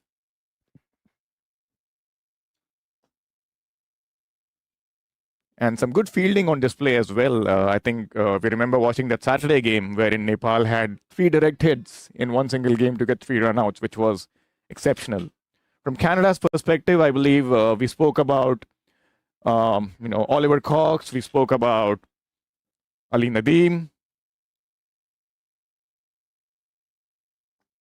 In the bowling department, we saw the left-arm spinners doing really well in tandem. So I think a lot of positives for Canada as well. As we see the end of another over.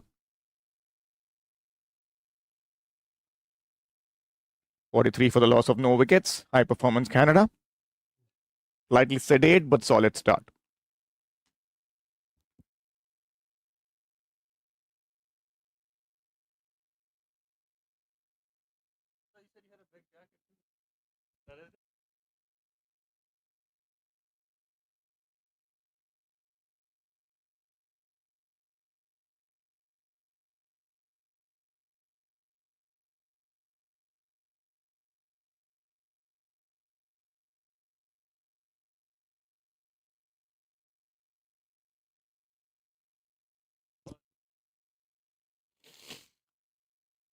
Aarif Sheikh will continue.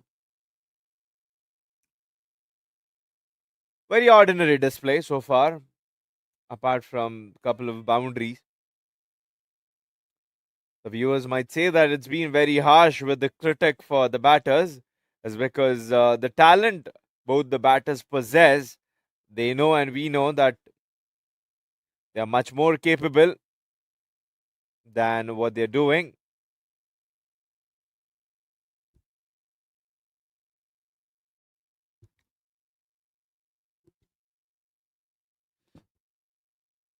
getting cold, and there's no sign that this unforgiving weather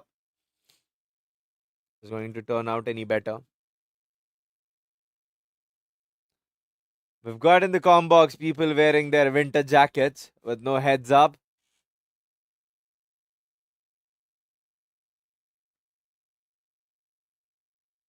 A bit of kindness would have been much appreciated, Venu, wouldn't it be? Absolutely. I would believe so, that the weather has to kind of become a little more warm and a little more drier. Still a lot of moisture in the air with a little bit of rain beating around, and that's kind of cooling down the air more. One of those days when you want an open comm box with the sun beating down on you.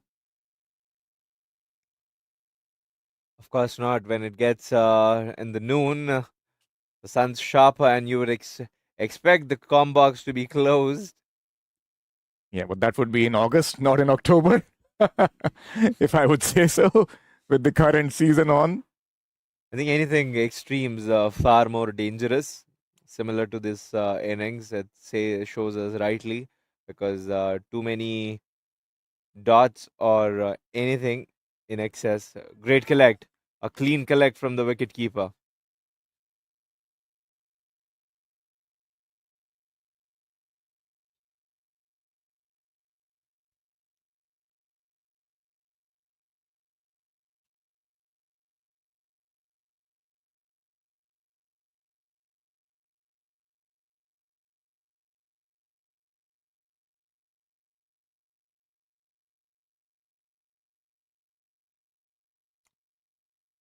Survives there, still hangs on with a slight blow on his hand.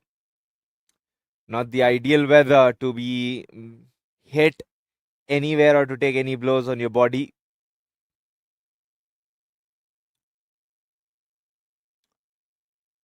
A ball remaining before we call it off and over.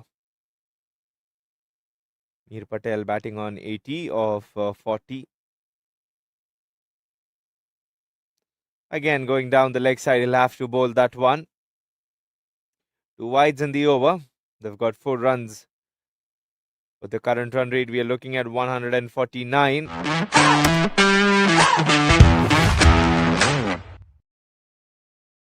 Still a slip. A deep slip for Aarif Sheikh. Now taking it to third man. A very fine third man, not the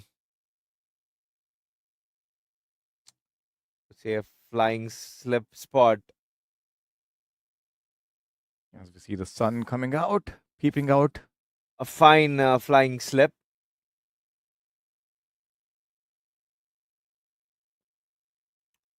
Nicely Movement bowled. of the air, and to end it, sloppy from Nepal. We are heading slow with a slow burn for the innings. 16 done, 47, 48.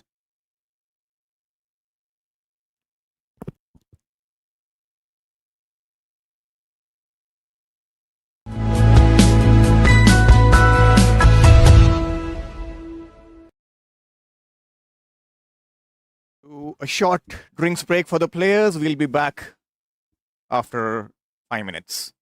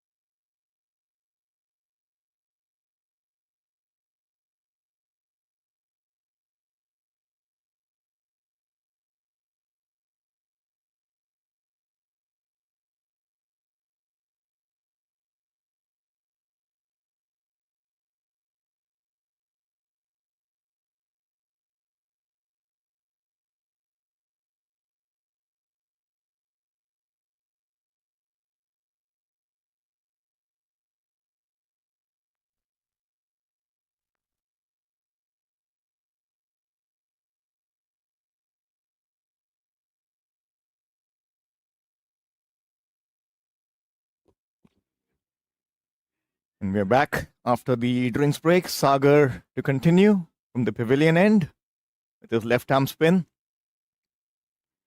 Conditions are still pretty cold and windy.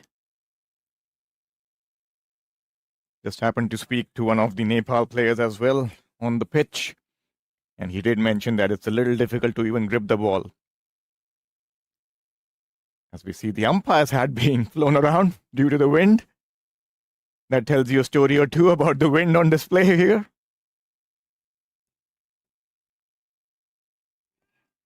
Conditions just worsening here at King City. Maple Leaf Cricket Ground gets difficult for everyone.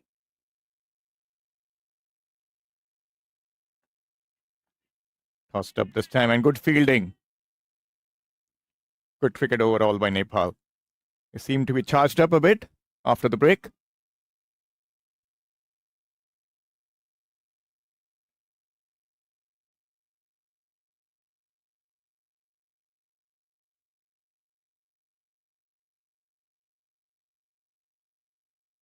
Would be interesting to see Canada's approach.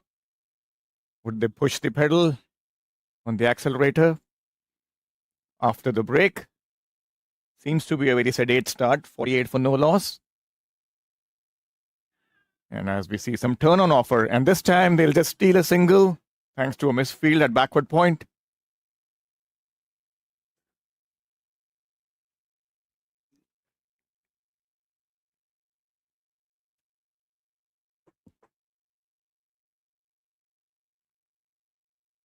Our man is prepared.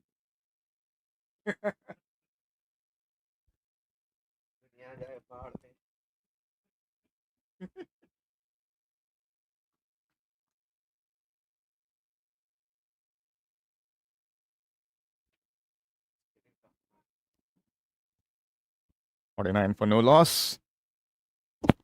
17th over in operation.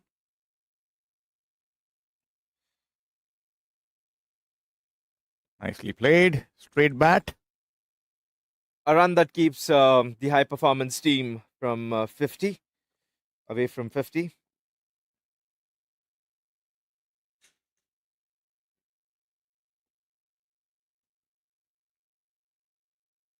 Last ball of the 17th coming up and beautifully bowled. Appeal for stumping. Good piece of wicket keeping as well. As we see the replay on screen.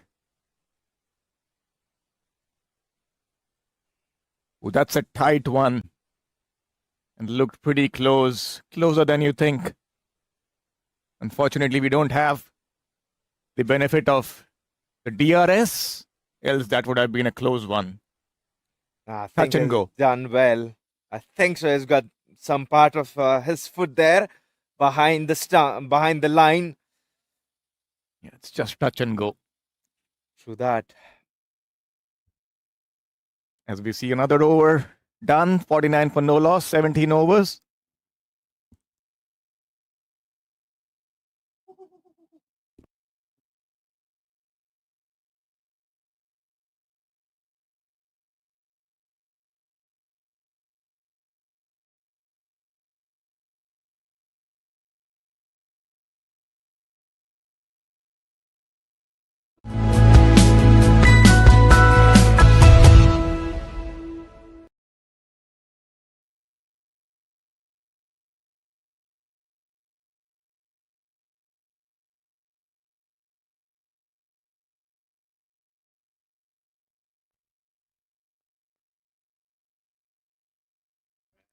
Spin from both ends. Kushal Bhurtel, the leg spinner, coming on from the northern end.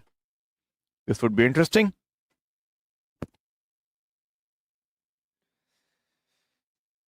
Tossed up on the offside. Upishly played for a single. The bowlers are able to make the batters play according to the field plan. 50 runs partnership for Mihir Patel and Ajay Singh. 21 runs from Mihir Patel and 20 from Ajay. Very lucky there. Very, very close to the stumps.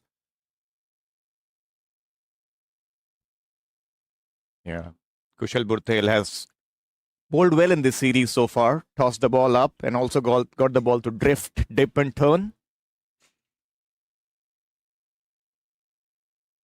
Softly played.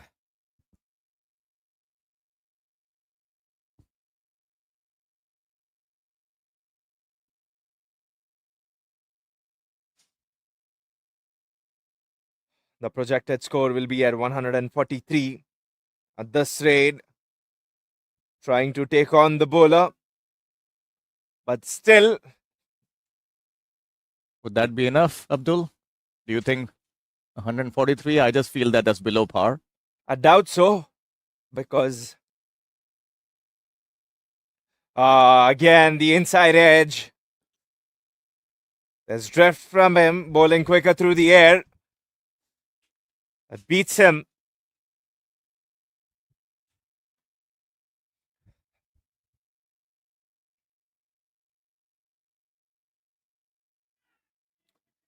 This time going for the wild slog over mid-wicket and missing it.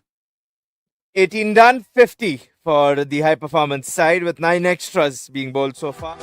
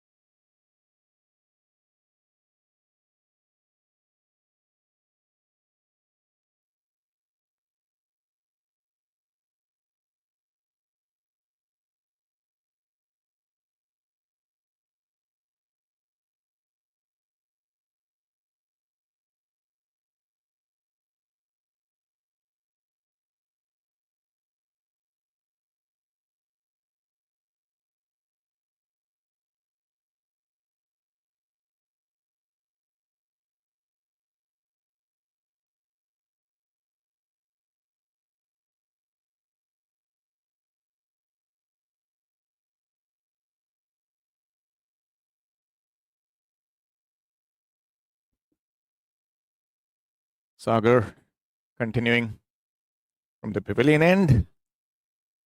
Bowled well so far. Beat the bat the last over.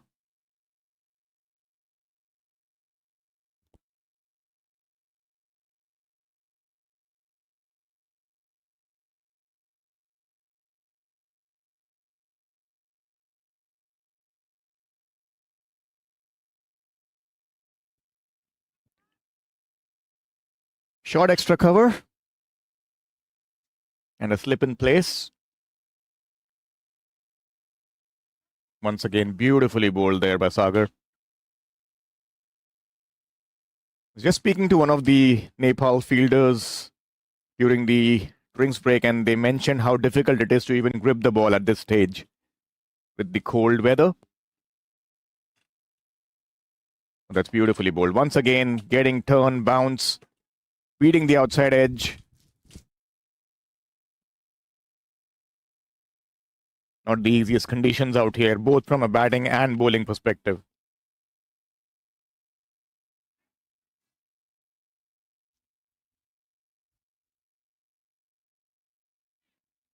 Driven on the offside for a single. Canada definitely needs to get a move on now to put a competitive score. 51 for no loss. But the run rate, the current run rate right now is 2.71. Tossed up this time, driven down the ground to long on for another single. And that's the end of the 19th. As we see the replay on screen.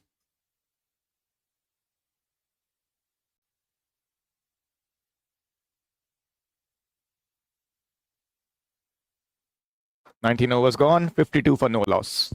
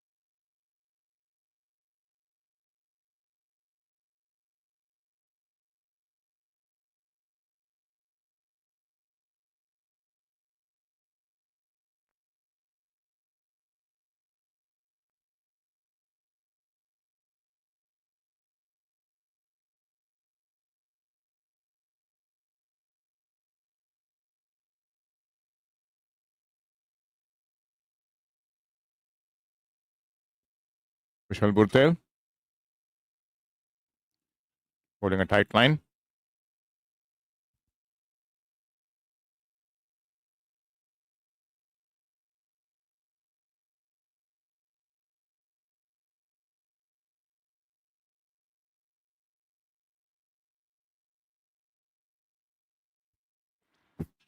A good battle between bat and ball at the moment. The bowler seems to be on top. Once again, beating the outside edge. Good bowling out here.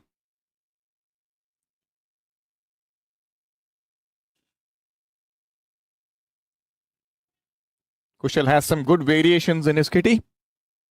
We've seen a few balls going through straight, and that's the one to look out for the batter.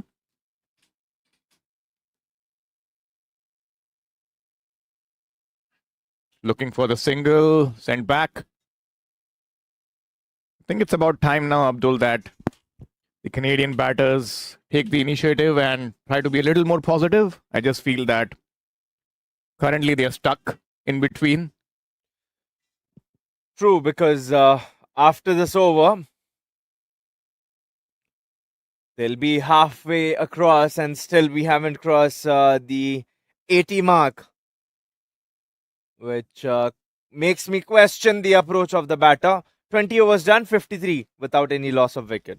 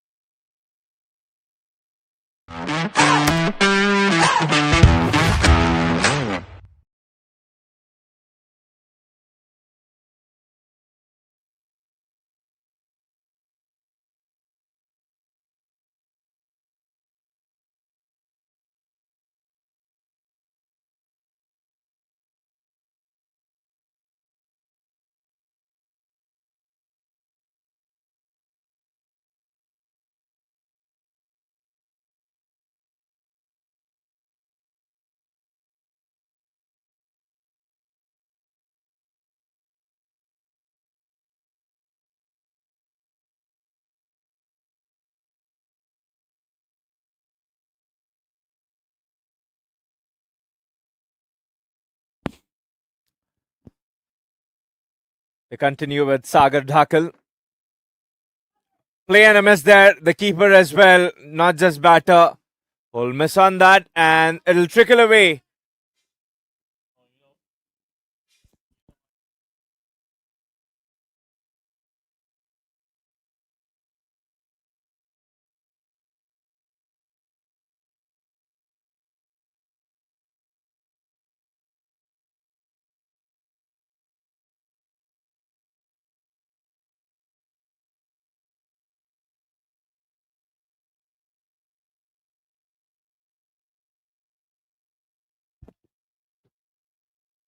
I think with one buys, the batters got quite complacent, thinking the ball will sweep into the boundary.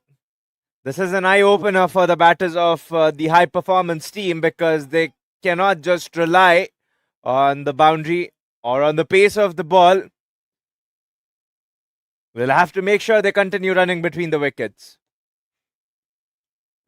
Yes, boundaries have been hard to come by. But I also see, Abdul, the batters being a little subdued. I don't think they have taken enough chances as well.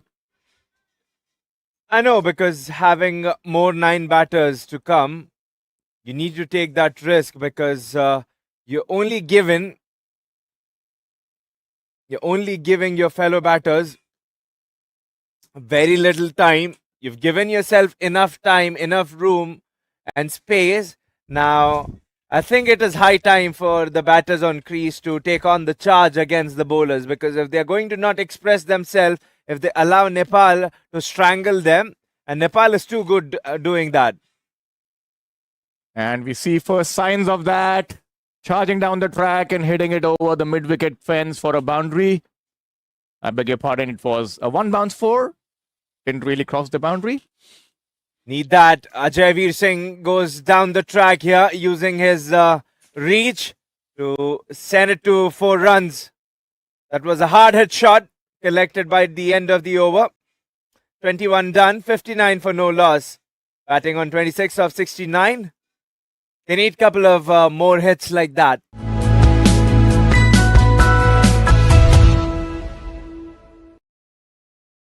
So batting on display, we got literally all the wickets in the bank, and as we have seen in the last few games, they need to get at least 170, 180 to make things interesting. As we see Kushal from the northern end, beautifully bowled once again. Spinners applying a lot of pressure.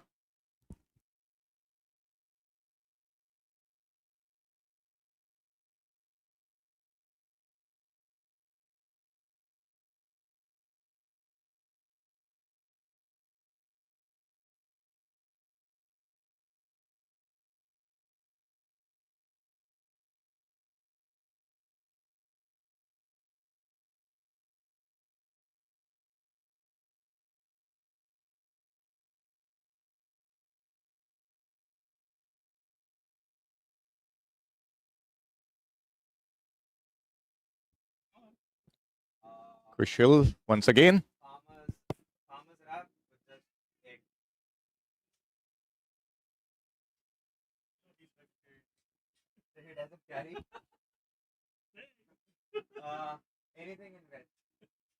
कुछ खाने को भी है क्या option? ए मेरे को भी यार अगर cream cheese bagel, right? 2 cream cheese bagels. Plain bagel. No cheese. That's all. For him, no cheese. For me, cheese.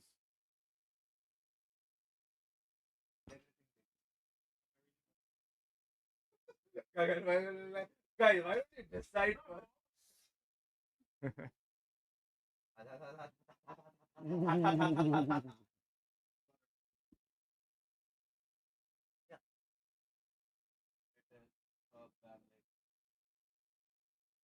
don't know. It's like something that works. Trying to sweep this time around. End of the 22nd, 60 for no loss. High performance Canada, as we see the conditions becoming a little too dark. Some rain expected. We hope that it keeps out and doesn't rain a lot.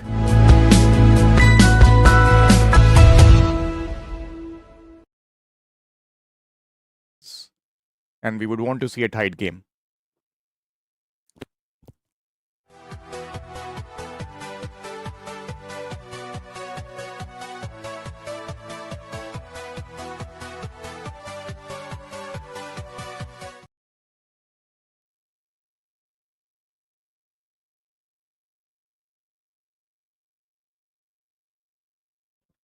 Early signs of some rain. We see a few droplets. The scenes are quite dramatic here at King City, especially all sky being grayed out. Looks like we're here for an epic battle between high performance team and Nepal. They haven't been pragmatic here, the high performance side. The signs of drizzles here. The rain getting slightly more thicker as we speak.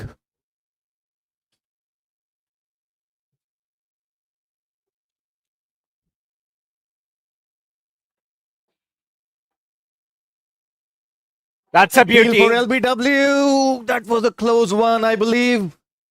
Indeed, a close shout, Venu. And unfortunate to see that rain's getting thicker and heavier.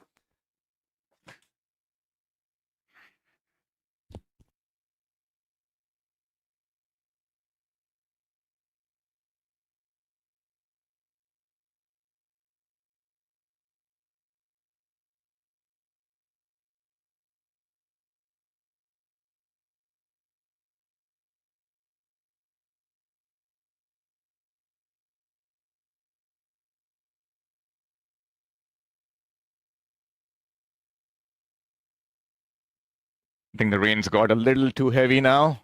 We might see the umpires consulting each other. And another appeal for caught behind this time around, and it's given him. That's the first wicket down for High Performance Canada. Just on the brink of the rain break, I believe. It's just not the batter who's crying. It's also the sky crying for Ajayveer Singh with that dismissal. The rain gets heavier and the fielders will be taking off the field. The breakthrough they were looking to get, it is Ajayveer Singh. Yes, a lot of opportunities created in this over. An appeal for LBW, and then the very next ball, getting him out caught behind. Not the best time when a batter would want to get out, Abdul. Just on the brink of a rain break. He would have loved to go back into the dressing room, not out. But that's the first breakthrough. Look at that. And hard-fought combat. Arjun Saud immediately going up. An excellent take behind the stumps. Especially after getting that inside part of the bat. He did not get the outside part. It's the inside part with the low catch that was collected. It's pure reflex by Arjun Saud behind the stumps. And very unfortunate to see that the fielders had to take off from the field. This is the first time we have a rain interruption in this series. And we just hope that it doesn't be a spoiler in this last game and we see some action. The planning was pretty accurate for moving the Sunday's game to Saturday, but this was unexpected. And I think the forecast says we're supposed to receive a half an hour shower. But if it's going to be in heavy one, especially given condition, it's going to get very tough for the play.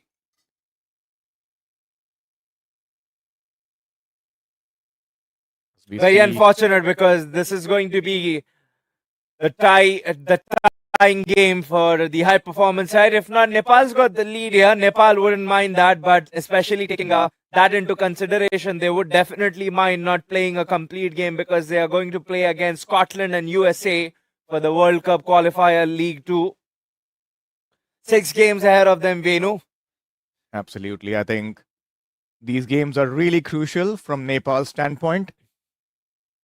And to be in contention for all the future World Cups in the ICC events. Canada is taking the top spot in the qualifier League 2 league stage with 12 games being played and 8-1 with 16 points. And USA is rightly tailgating Canada. So it is imperative for Canada to win if they've got any games. But for Nepal, it's just the start for them. They'll be looking desperately to make their mark, to get on with the win, especially with the performances they've shown in the World Cup 2024 and then later here in Canada against the slow pitches. So for sure, spin's going to be their attack. That has one of their fortes, without a doubt. But fast bowling has been good too. Absolutely. And interestingly, you mentioned about the US. I think the USA versus Canada is the modern day North American derby, if we can call it so. Both the teams really fighting hard and competing against each other, as we saw in the recently concluded World Cup as well. USA making a lot of noise with their famous victory against Pakistan and also running a few other teams close, and the way they defeated Canada as well. That was a great game to watch. That might have opened up the wound for Canada because the game was theirs till the very end, and then Aaron Jones came in. Those sweep shots has definitely stolen the game away. So with the wounds being open for Canada, they look on to fill it with heal them with the victory on others. That's going to be the ointment for Canada to overcome. That being said, we'll be joining you once the weather gets better. Stay tuned. Don't go anywhere. We'll be back shortly.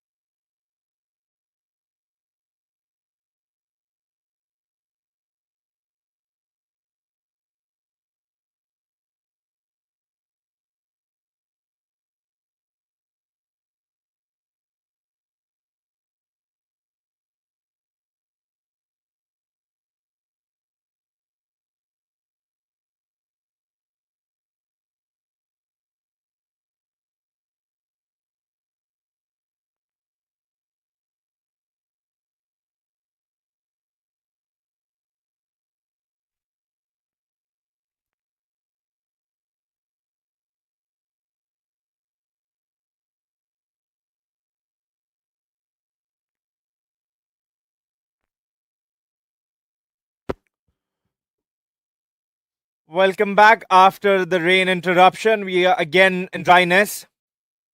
Sagar Dhakal will continue from where he stopped. Little change in the batting. Yuvraj Samra will be replaced.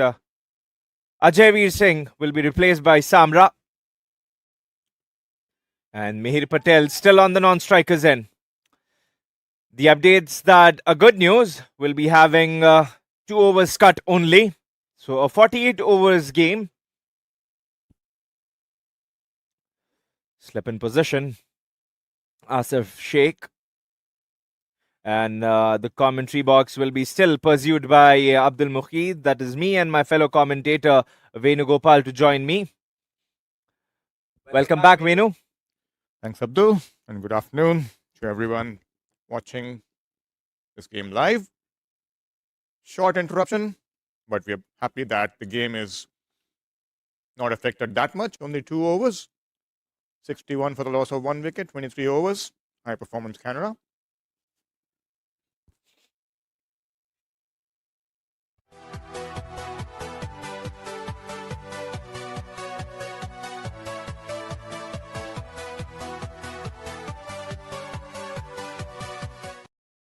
From the umpires will be that they finish the overs as early as possible with speeding up. Which might mean more spin deployed. And we see a lot of the players wearing those beanies on the ground, which tells you a story or two about the weather, how cold it is. Time and time we speak that the spin has been the strength of Nepal, and it is Dipendra Singh Airee who will be bowling in for the first time for the day. Signs of turn here for Airee. Thanks to him that Nepal were able to post 180 in the second one-day game against Canada. That's where they broke the shackles and they started driving towards winning. Yes, I think he was effective with both bat and ball in that game. A great all-round performance. Much warm. The wind isn't as brutal as it was before. Better conditions, Venu, for the cricket and for us as well. Slightly better, I agree. And we hope that the rain keeps out and doesn't cause any more further delays.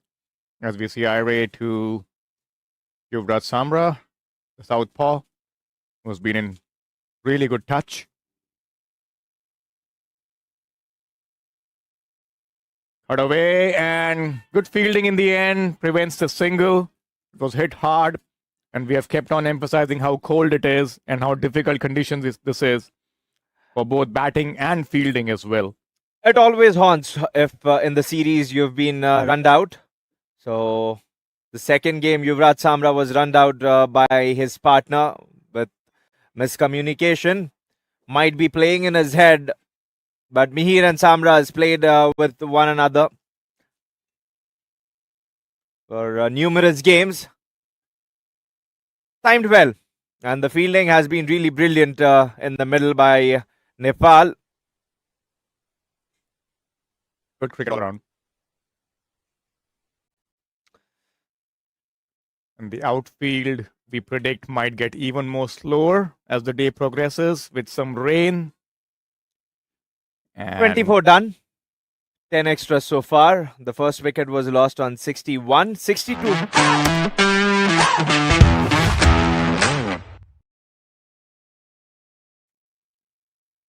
Time for Canada to get a move on as well. They were looking to do that before the rain interruption.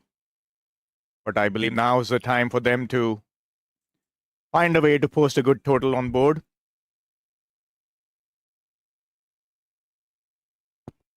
Remember, these are not easy conditions for both teams to be playing in this cold weather. Today seems to be a little more colder than the earlier 2 games that we commentated on. Yeah, I mean, I really feel pity for Martin yesterday, who did by himself. I think terrific job by him in cold conditions. Absolutely. Kushal, Bhurtel. The leggy. Nicely flighted. Yeah, change of ends for Kushal. He was coming from the northern end before the rain interruption, and now he's coming on from the pavilion end. Would be interesting to see his approach.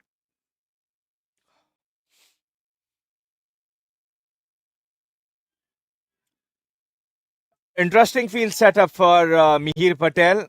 And just for the viewers and to acknowledge the fact from Venu as well, you'll see that the energy and the composure from the middle of the surface will get much better because Mihir Patel and Samra has played a lot games together. And you're able to see that communication got strengthened because Samra was denied with a single, and that will for sure change the tempo of the game. That's pulled away, rank, long hop there towards deep square leg, and that was a hit me ball. That's not where you bowl to Mihir Patel, especially if you want Mihir to have problems against leg spin. I think that's one of the challenges for being a leg spinner or a wrist spinner in these conditions. Gripping the ball is difficult, and if you don't get it right, you end up bowling something like that. That almost took the head of the leg umpire. Once again, shot and pulled away this time, but he was lucky enough to escape without being punished.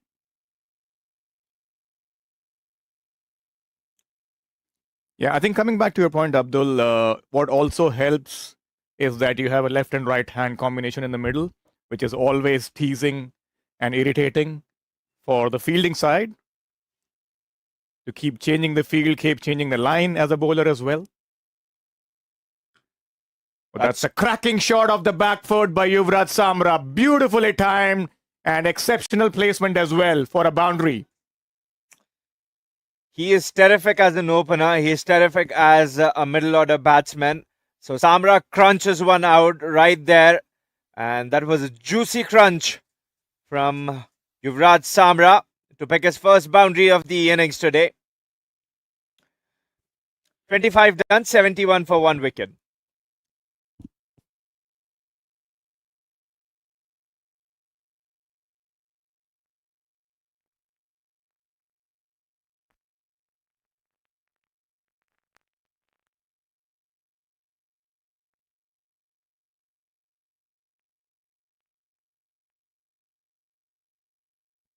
Dipendra Airee continuing from the northern end. Slightly poor over previously by Kushal, giving away a couple of boundaries and giving that impetus to Canada. What do you think Samra does different when he comes on to bat? Because he's very young, just turned 18. I think 2 days ago, 10 years ago, he was picking apples at a farm. Today he is playing a game at King City Maple Leaf Ground. But what do you think, Wayne, according to you, he does different to other batters? Because openers, similar to A's, the same brigade, very young brigade, but he comes on with a mindset. But what's your takeaway? I think the biggest take is the amount of time that he has. You know, he's a pure timer of the ball. You see that he doesn't try to hit the ball too hard. And that is one big quality or a trait that any batter would possess. That, you know, if you're looking to just time the ball properly and not overhit it. And as we speak, the commentators curse Abdul. He gets an outside edge. Beautifully bowled there by Dipendra Singh Airee. Caught at first slip. Unfortunate for Yuvraj. But definitely a great ball to get him out. There's deflection from Arjun Saud. He does not put his foot wrong when he's keeping there. Too good for Samra. Airee acknowledges Samra later, but was too good for the left-hander to take that away. Yuvraj could not have done much about that delivery, but yeah, the bowler has to get the credit for that one. A great collect after a rebound from the keeper and after almost dropping it.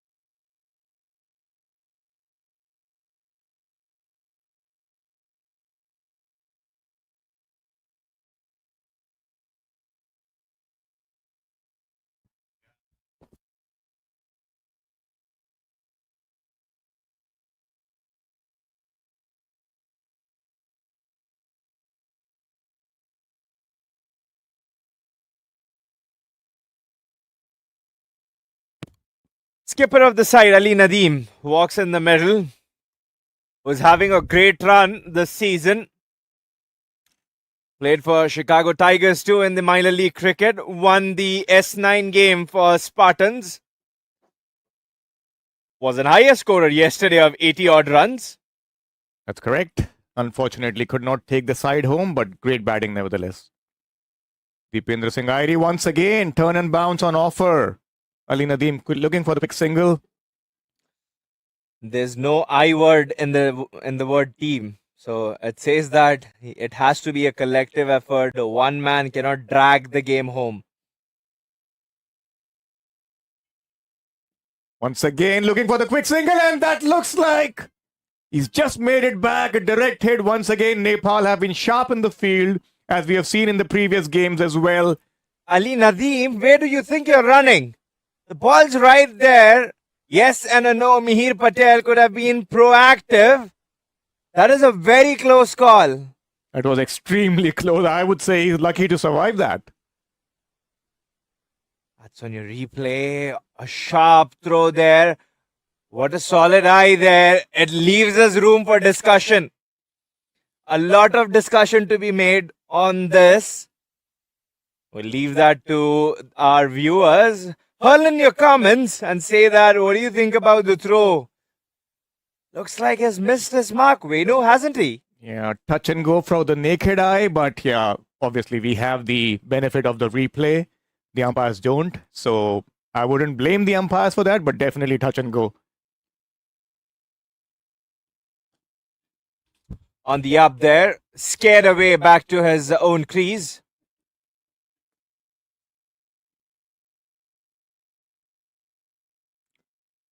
Could have done better here with the communication. He was looking very placid with Samra on crease.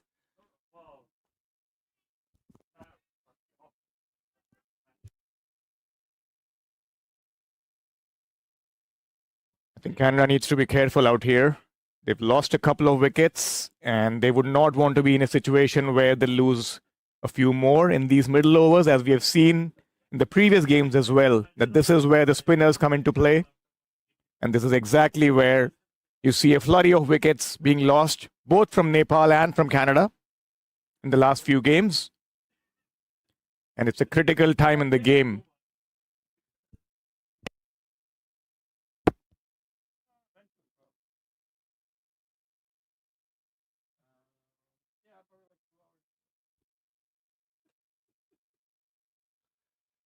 Kushal, Bhurtel.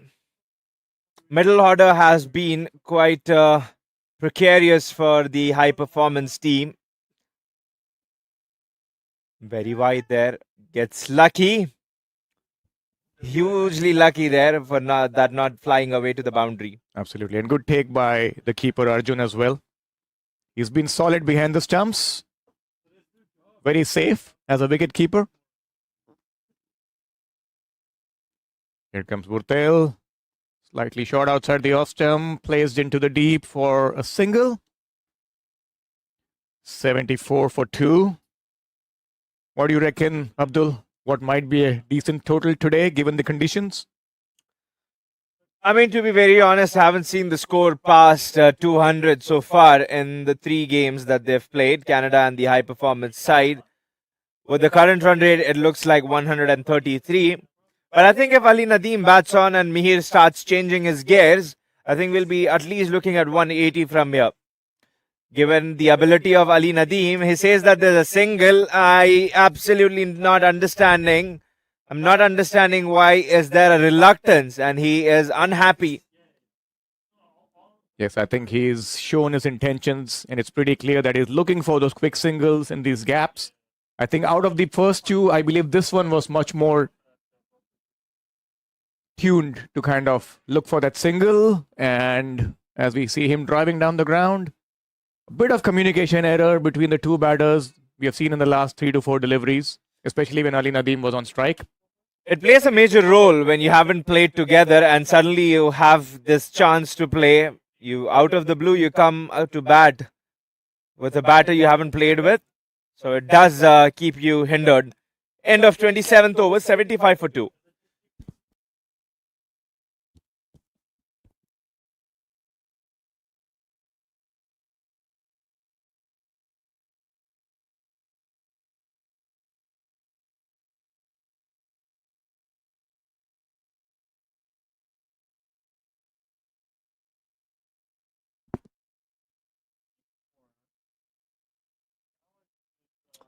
Let's put that away in the gap to give Mihir strike.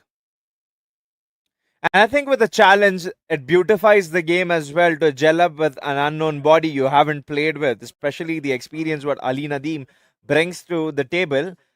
It gives Mihir an opportunity to understand and learn the game as is fairly in his early stages of the game. Yes, for sure, he's played under 19 Canada, has got a remarkable stats, but a lot of room to improve. Yes, I think this is a critical phase of the game, as we discussed earlier. Both of these players need to be there, especially Mihir Patel, who's spent a lot of time at the crease, 33 of 72. He would want to convert this into a big score.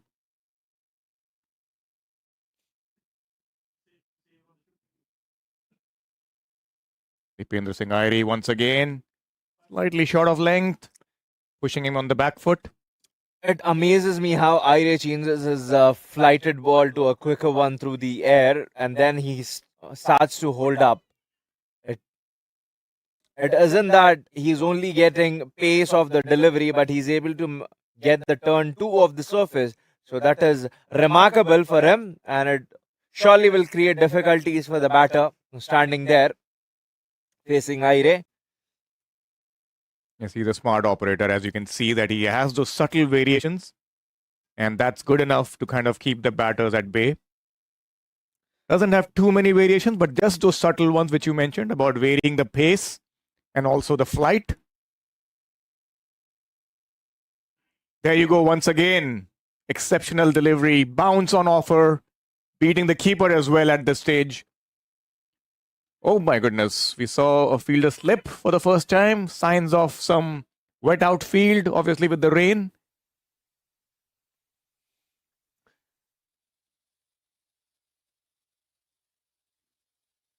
Mihir had not got any clue. He hadn't got any clue where he was playing that, especially with that sharp turn. I think it went off the glove as he's suggesting. Just hit the glove and went between the keeper's legs. Survives there. 28 done, 81 for 2. Well, after the survival, it has been my most discussed topic with any of the commentators I was with. We know this is to you as well. This has been our topic that we were discussing upon 2 games ago. Having given a chance there, you're batting on your own wicket, that's a different story. Now, the other take is that when you get an opportunity, a fielder drops your catch, does that belong to the team or is that your own chance? Because very close, very, very close. If he hasn't got any inside edge, then there was no turn on offer from the wicket.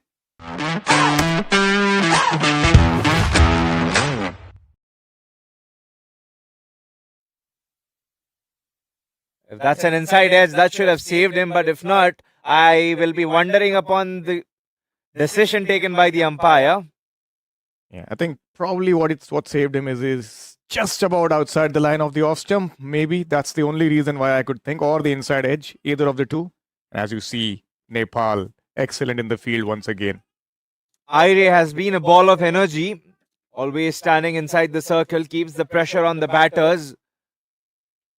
Yeah, and coming back to your point, Abdul, yes, I think the drop catches definitely, as we see another brilliant piece of fielding.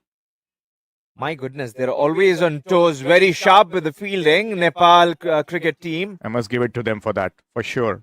In these middle overs, this is what kind of changes a game or the tempo of the game. And you see that on display with that run-out attempt as well previously. And there's no hesitation from the fielders as well, given conditions. When we talk about the weather, the environment, when it's getting cold, chilly here, they haven't given it a second thought. Would they be having any injury if they're sliding or diving, especially going into the phase where they are on national duty? They've been on point on the field here, the fielders of Nepal. Oh, he's hammered that straight to the fielder, but not the best of the timing for Ali Nadeem. You can see him is not happy there. An array of emotions, very contrasting from the fielder and the batter himself was nowhere in control of the shot, and a good take there near the boundary line. Yes, that's actually a good catch. Given the conditions that we just spoke about, windy, cold, gloomy, it's not easy to pick the ball as well in that gloom at times. And the guy at deep mid-wicket took a really good catch. Not today from the skipper. We see the heroics. He could have played somewhere else, but exactly the fielder had to move 2 inches away. And there's elation from Kushal Bhurtel. Yes, deserved that wicket, to be honest. He bowled a really good tight over this time.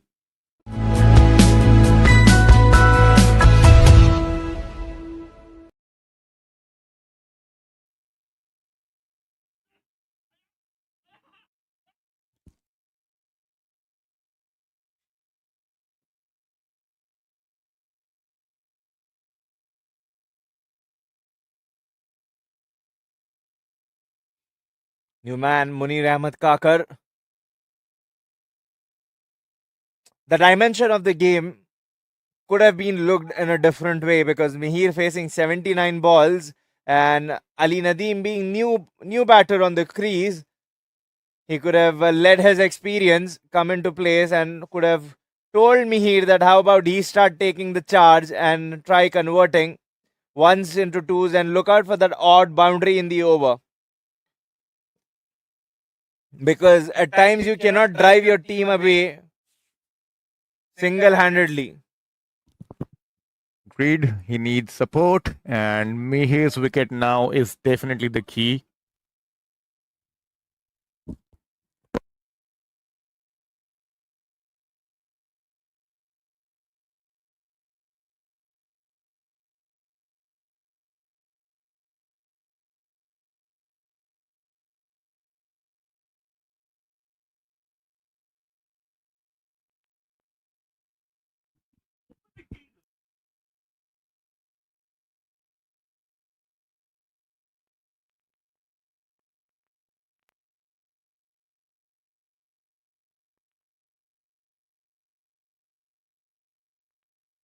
Kushal once again bowling to Munir Kakar. Good start.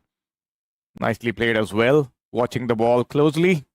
And a great over. End of a successful over for Nepal High Performance Canada. 82 for 3 in 29 overs.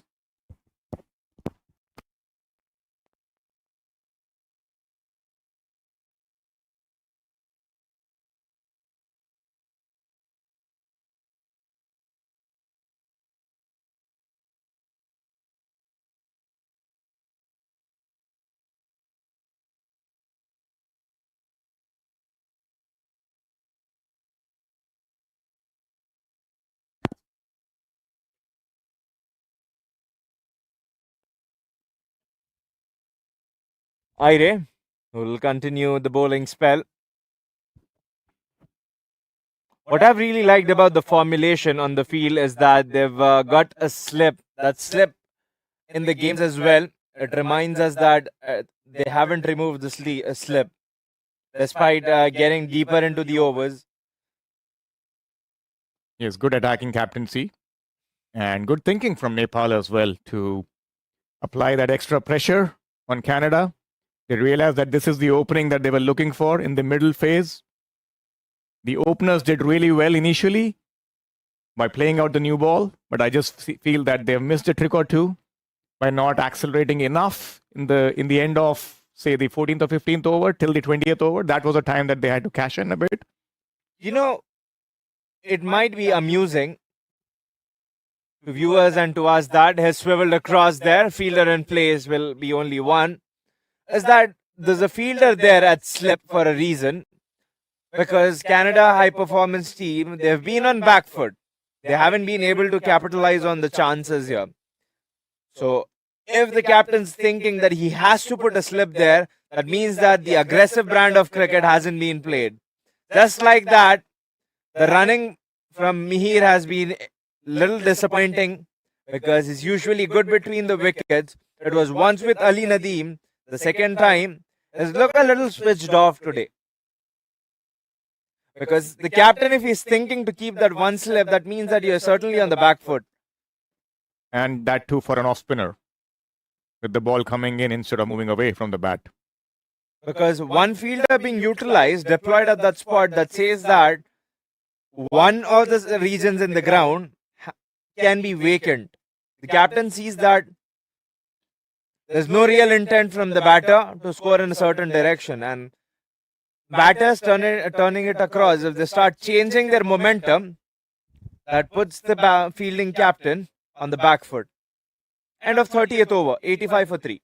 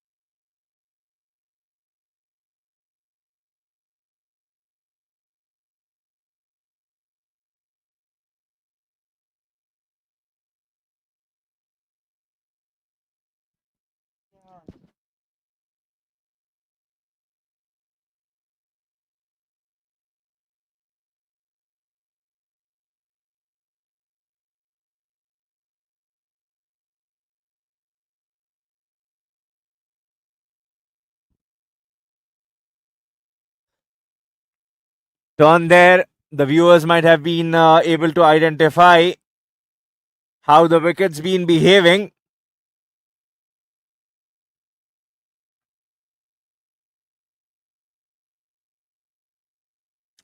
Much required there from the batters to accelerate before it's too late, because at this rate they'll be only able to reach 135, and that shouldn't be a problem for Nepal to chase it down. A very different approach after that first defeat from Nepal. They've changed the complete outlook of the game, how they've played, the methods they've pursued.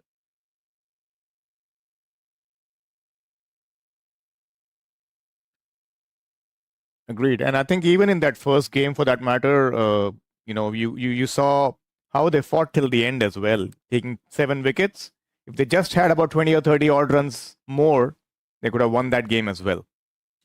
Sure that. And how about we flip our pages and go back to game 2. 8 wickets down, Dipendra Singh Airee comes to bat and he starts putting pressure on the fielders. How he was taking swiftly the running between the wickets. He was trying to put the pressure on the fielders. And from the other side, now 3 wickets down, we see that the running hasn't been so far immaculate. You just spoke about Dipendra Singh Airee and you saw a sensational piece of fielding once again. They're fighting for each run to be saved. Because it has to come inherently from the batter. They have to inherit the fact that they want to win the games. They should not bat. They should not bat thinking about their own personal individual wicket. End of 31 overs, 87 for 3.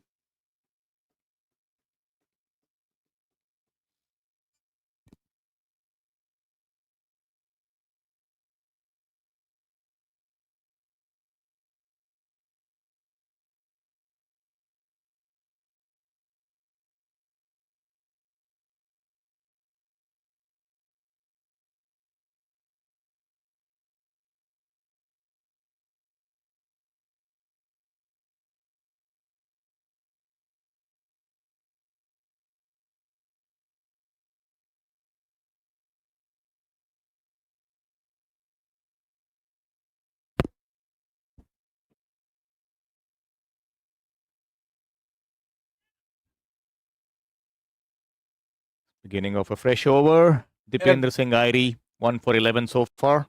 If this is how the batting is going to be for the high performance team, then this is unpardonable offense for the high performance batting side, because they've been on the back foot. They've not tried changing it. The intent from them has been poor. Yes, I think when we say intent, it just doesn't mean hitting boundaries, but also probably looking for those singles and twos to keep the scoreboard ticking. And just as we speak, we see a pull shot being deployed, and that's a boundary.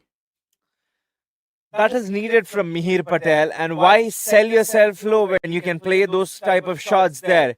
He carved this one out. Look at that, being dropped short. He'll have to take on those chances.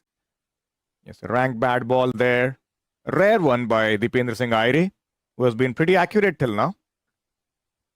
No protection in the deep there.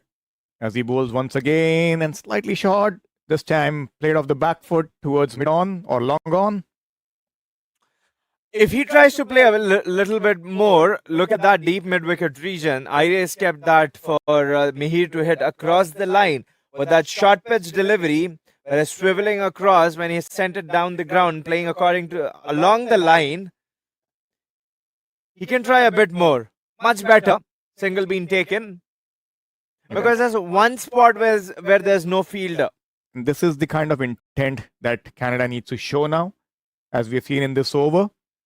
They really need to take these chances because we are looking at the 32nd over. We are still looking at 94 for the loss of 3 wickets. The current run rate needs to go towards the 4-run mark at least to make a match out of this. Just a reminder to our viewers, we have lost 2 overs in the rain delay. This is now officially a 48-over game. End of the 32nd over, 95 for 3.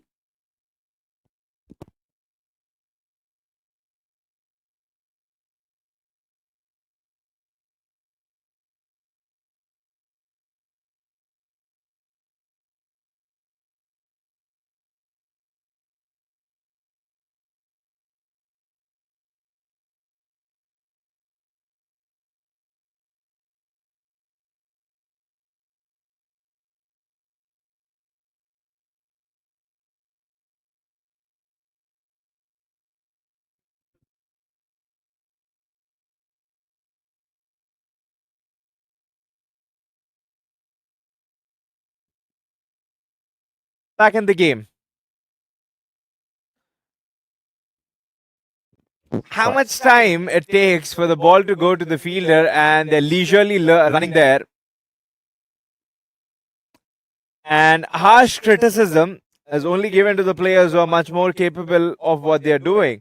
Because these two have that ability to do it. I agree. I think the intent, like you mentioned, has to be there to convert those ones into twos as well. It's not going to be easy scoring runs on this track. We have seen that in the last 2 games. Would he be happy with a 100-ball 50, Mihir? I don't think so.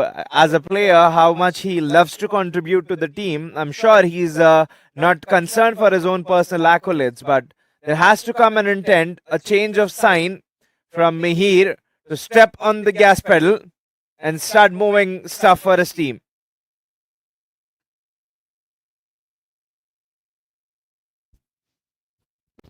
I think both of these players would realize that somewhere around that 35, 37 over mark, they need to kind of really push the scoring because they have a lot of batting to come.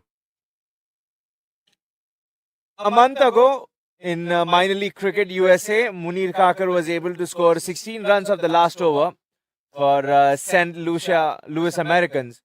So given the ability on turf, batting against the best of the bowlers, so if Munir was able to score 16 runs in the last over, that clearly tells you that he has certainly the way of hitting, he knows the art of hitting, but he needs to pursue that. Different conditions though, altogether. So I think that's what he's respecting. And I don't think he's done bad so far. 5 of 9 deliveries. And I think he's looked to rotate strike at least, given how the previous batters played. He's looking positive, has some good intent to kind of put the ball in the gaps. And it will not only degrade Munir's batting. If Mihir is on strike and unable to rotate the strike, he won't be able to be a catalyst for the game. He won't be able to change much. What is going to happen is that they're going to gift away wicket to Nepal without the strike being rotated. Oh, that's beautifully bowled. Looks close. Really close. And the umpire raises the finger. Slightly delayed, but he waited, and saw where Munir was, right in front of the stumps. The only thing in question is the height. That's the back pad on the thigh there. That's where he's rubbing, and I would have been disappointed with the decision if it was not in the favor of Nepal, because it clearly looked out. As we see from another angle. Yeah, I won't doubt the umpire in that aspect. Yes, it hit the back leg. and there wasn't much travel between the ball and the stumps when it hit the leg. So, and it is much straighter of the surface. It did not turn. That's correct. It was kind of an arm ball, and he missed it completely. So another wicket down for Canada, 98 for 4, and now they are looking in deep trouble. It is Munir Kakar and Mihir Patel stranded on the other side. Khyber Mohammad.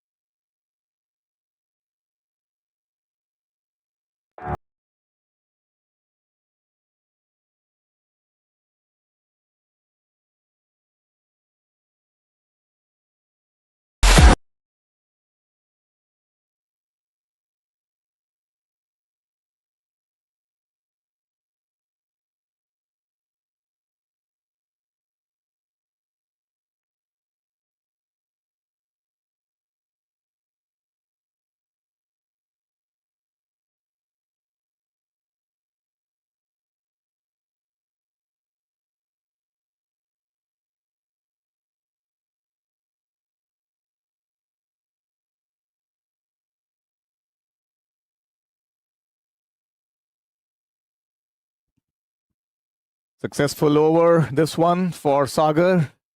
Last ball of the 33rd over coming up.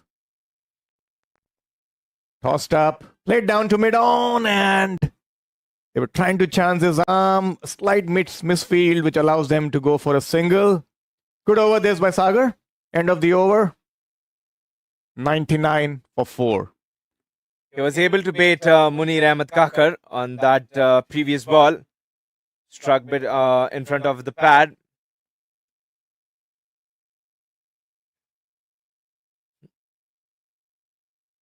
It has been real-time difficulty for Canada, high-performance side, and especially for any team for tackling the spin against Nepal. That's been their key area, how they've rotated their spin bowlers. The plenty of options in spin bowling they've got. Yes, I think this is the period of the game wherein all these spin bowlers come and dominate the game.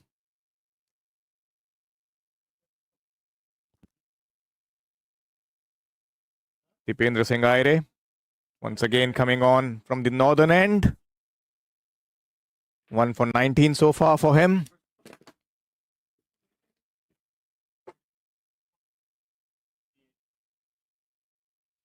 This is the 34th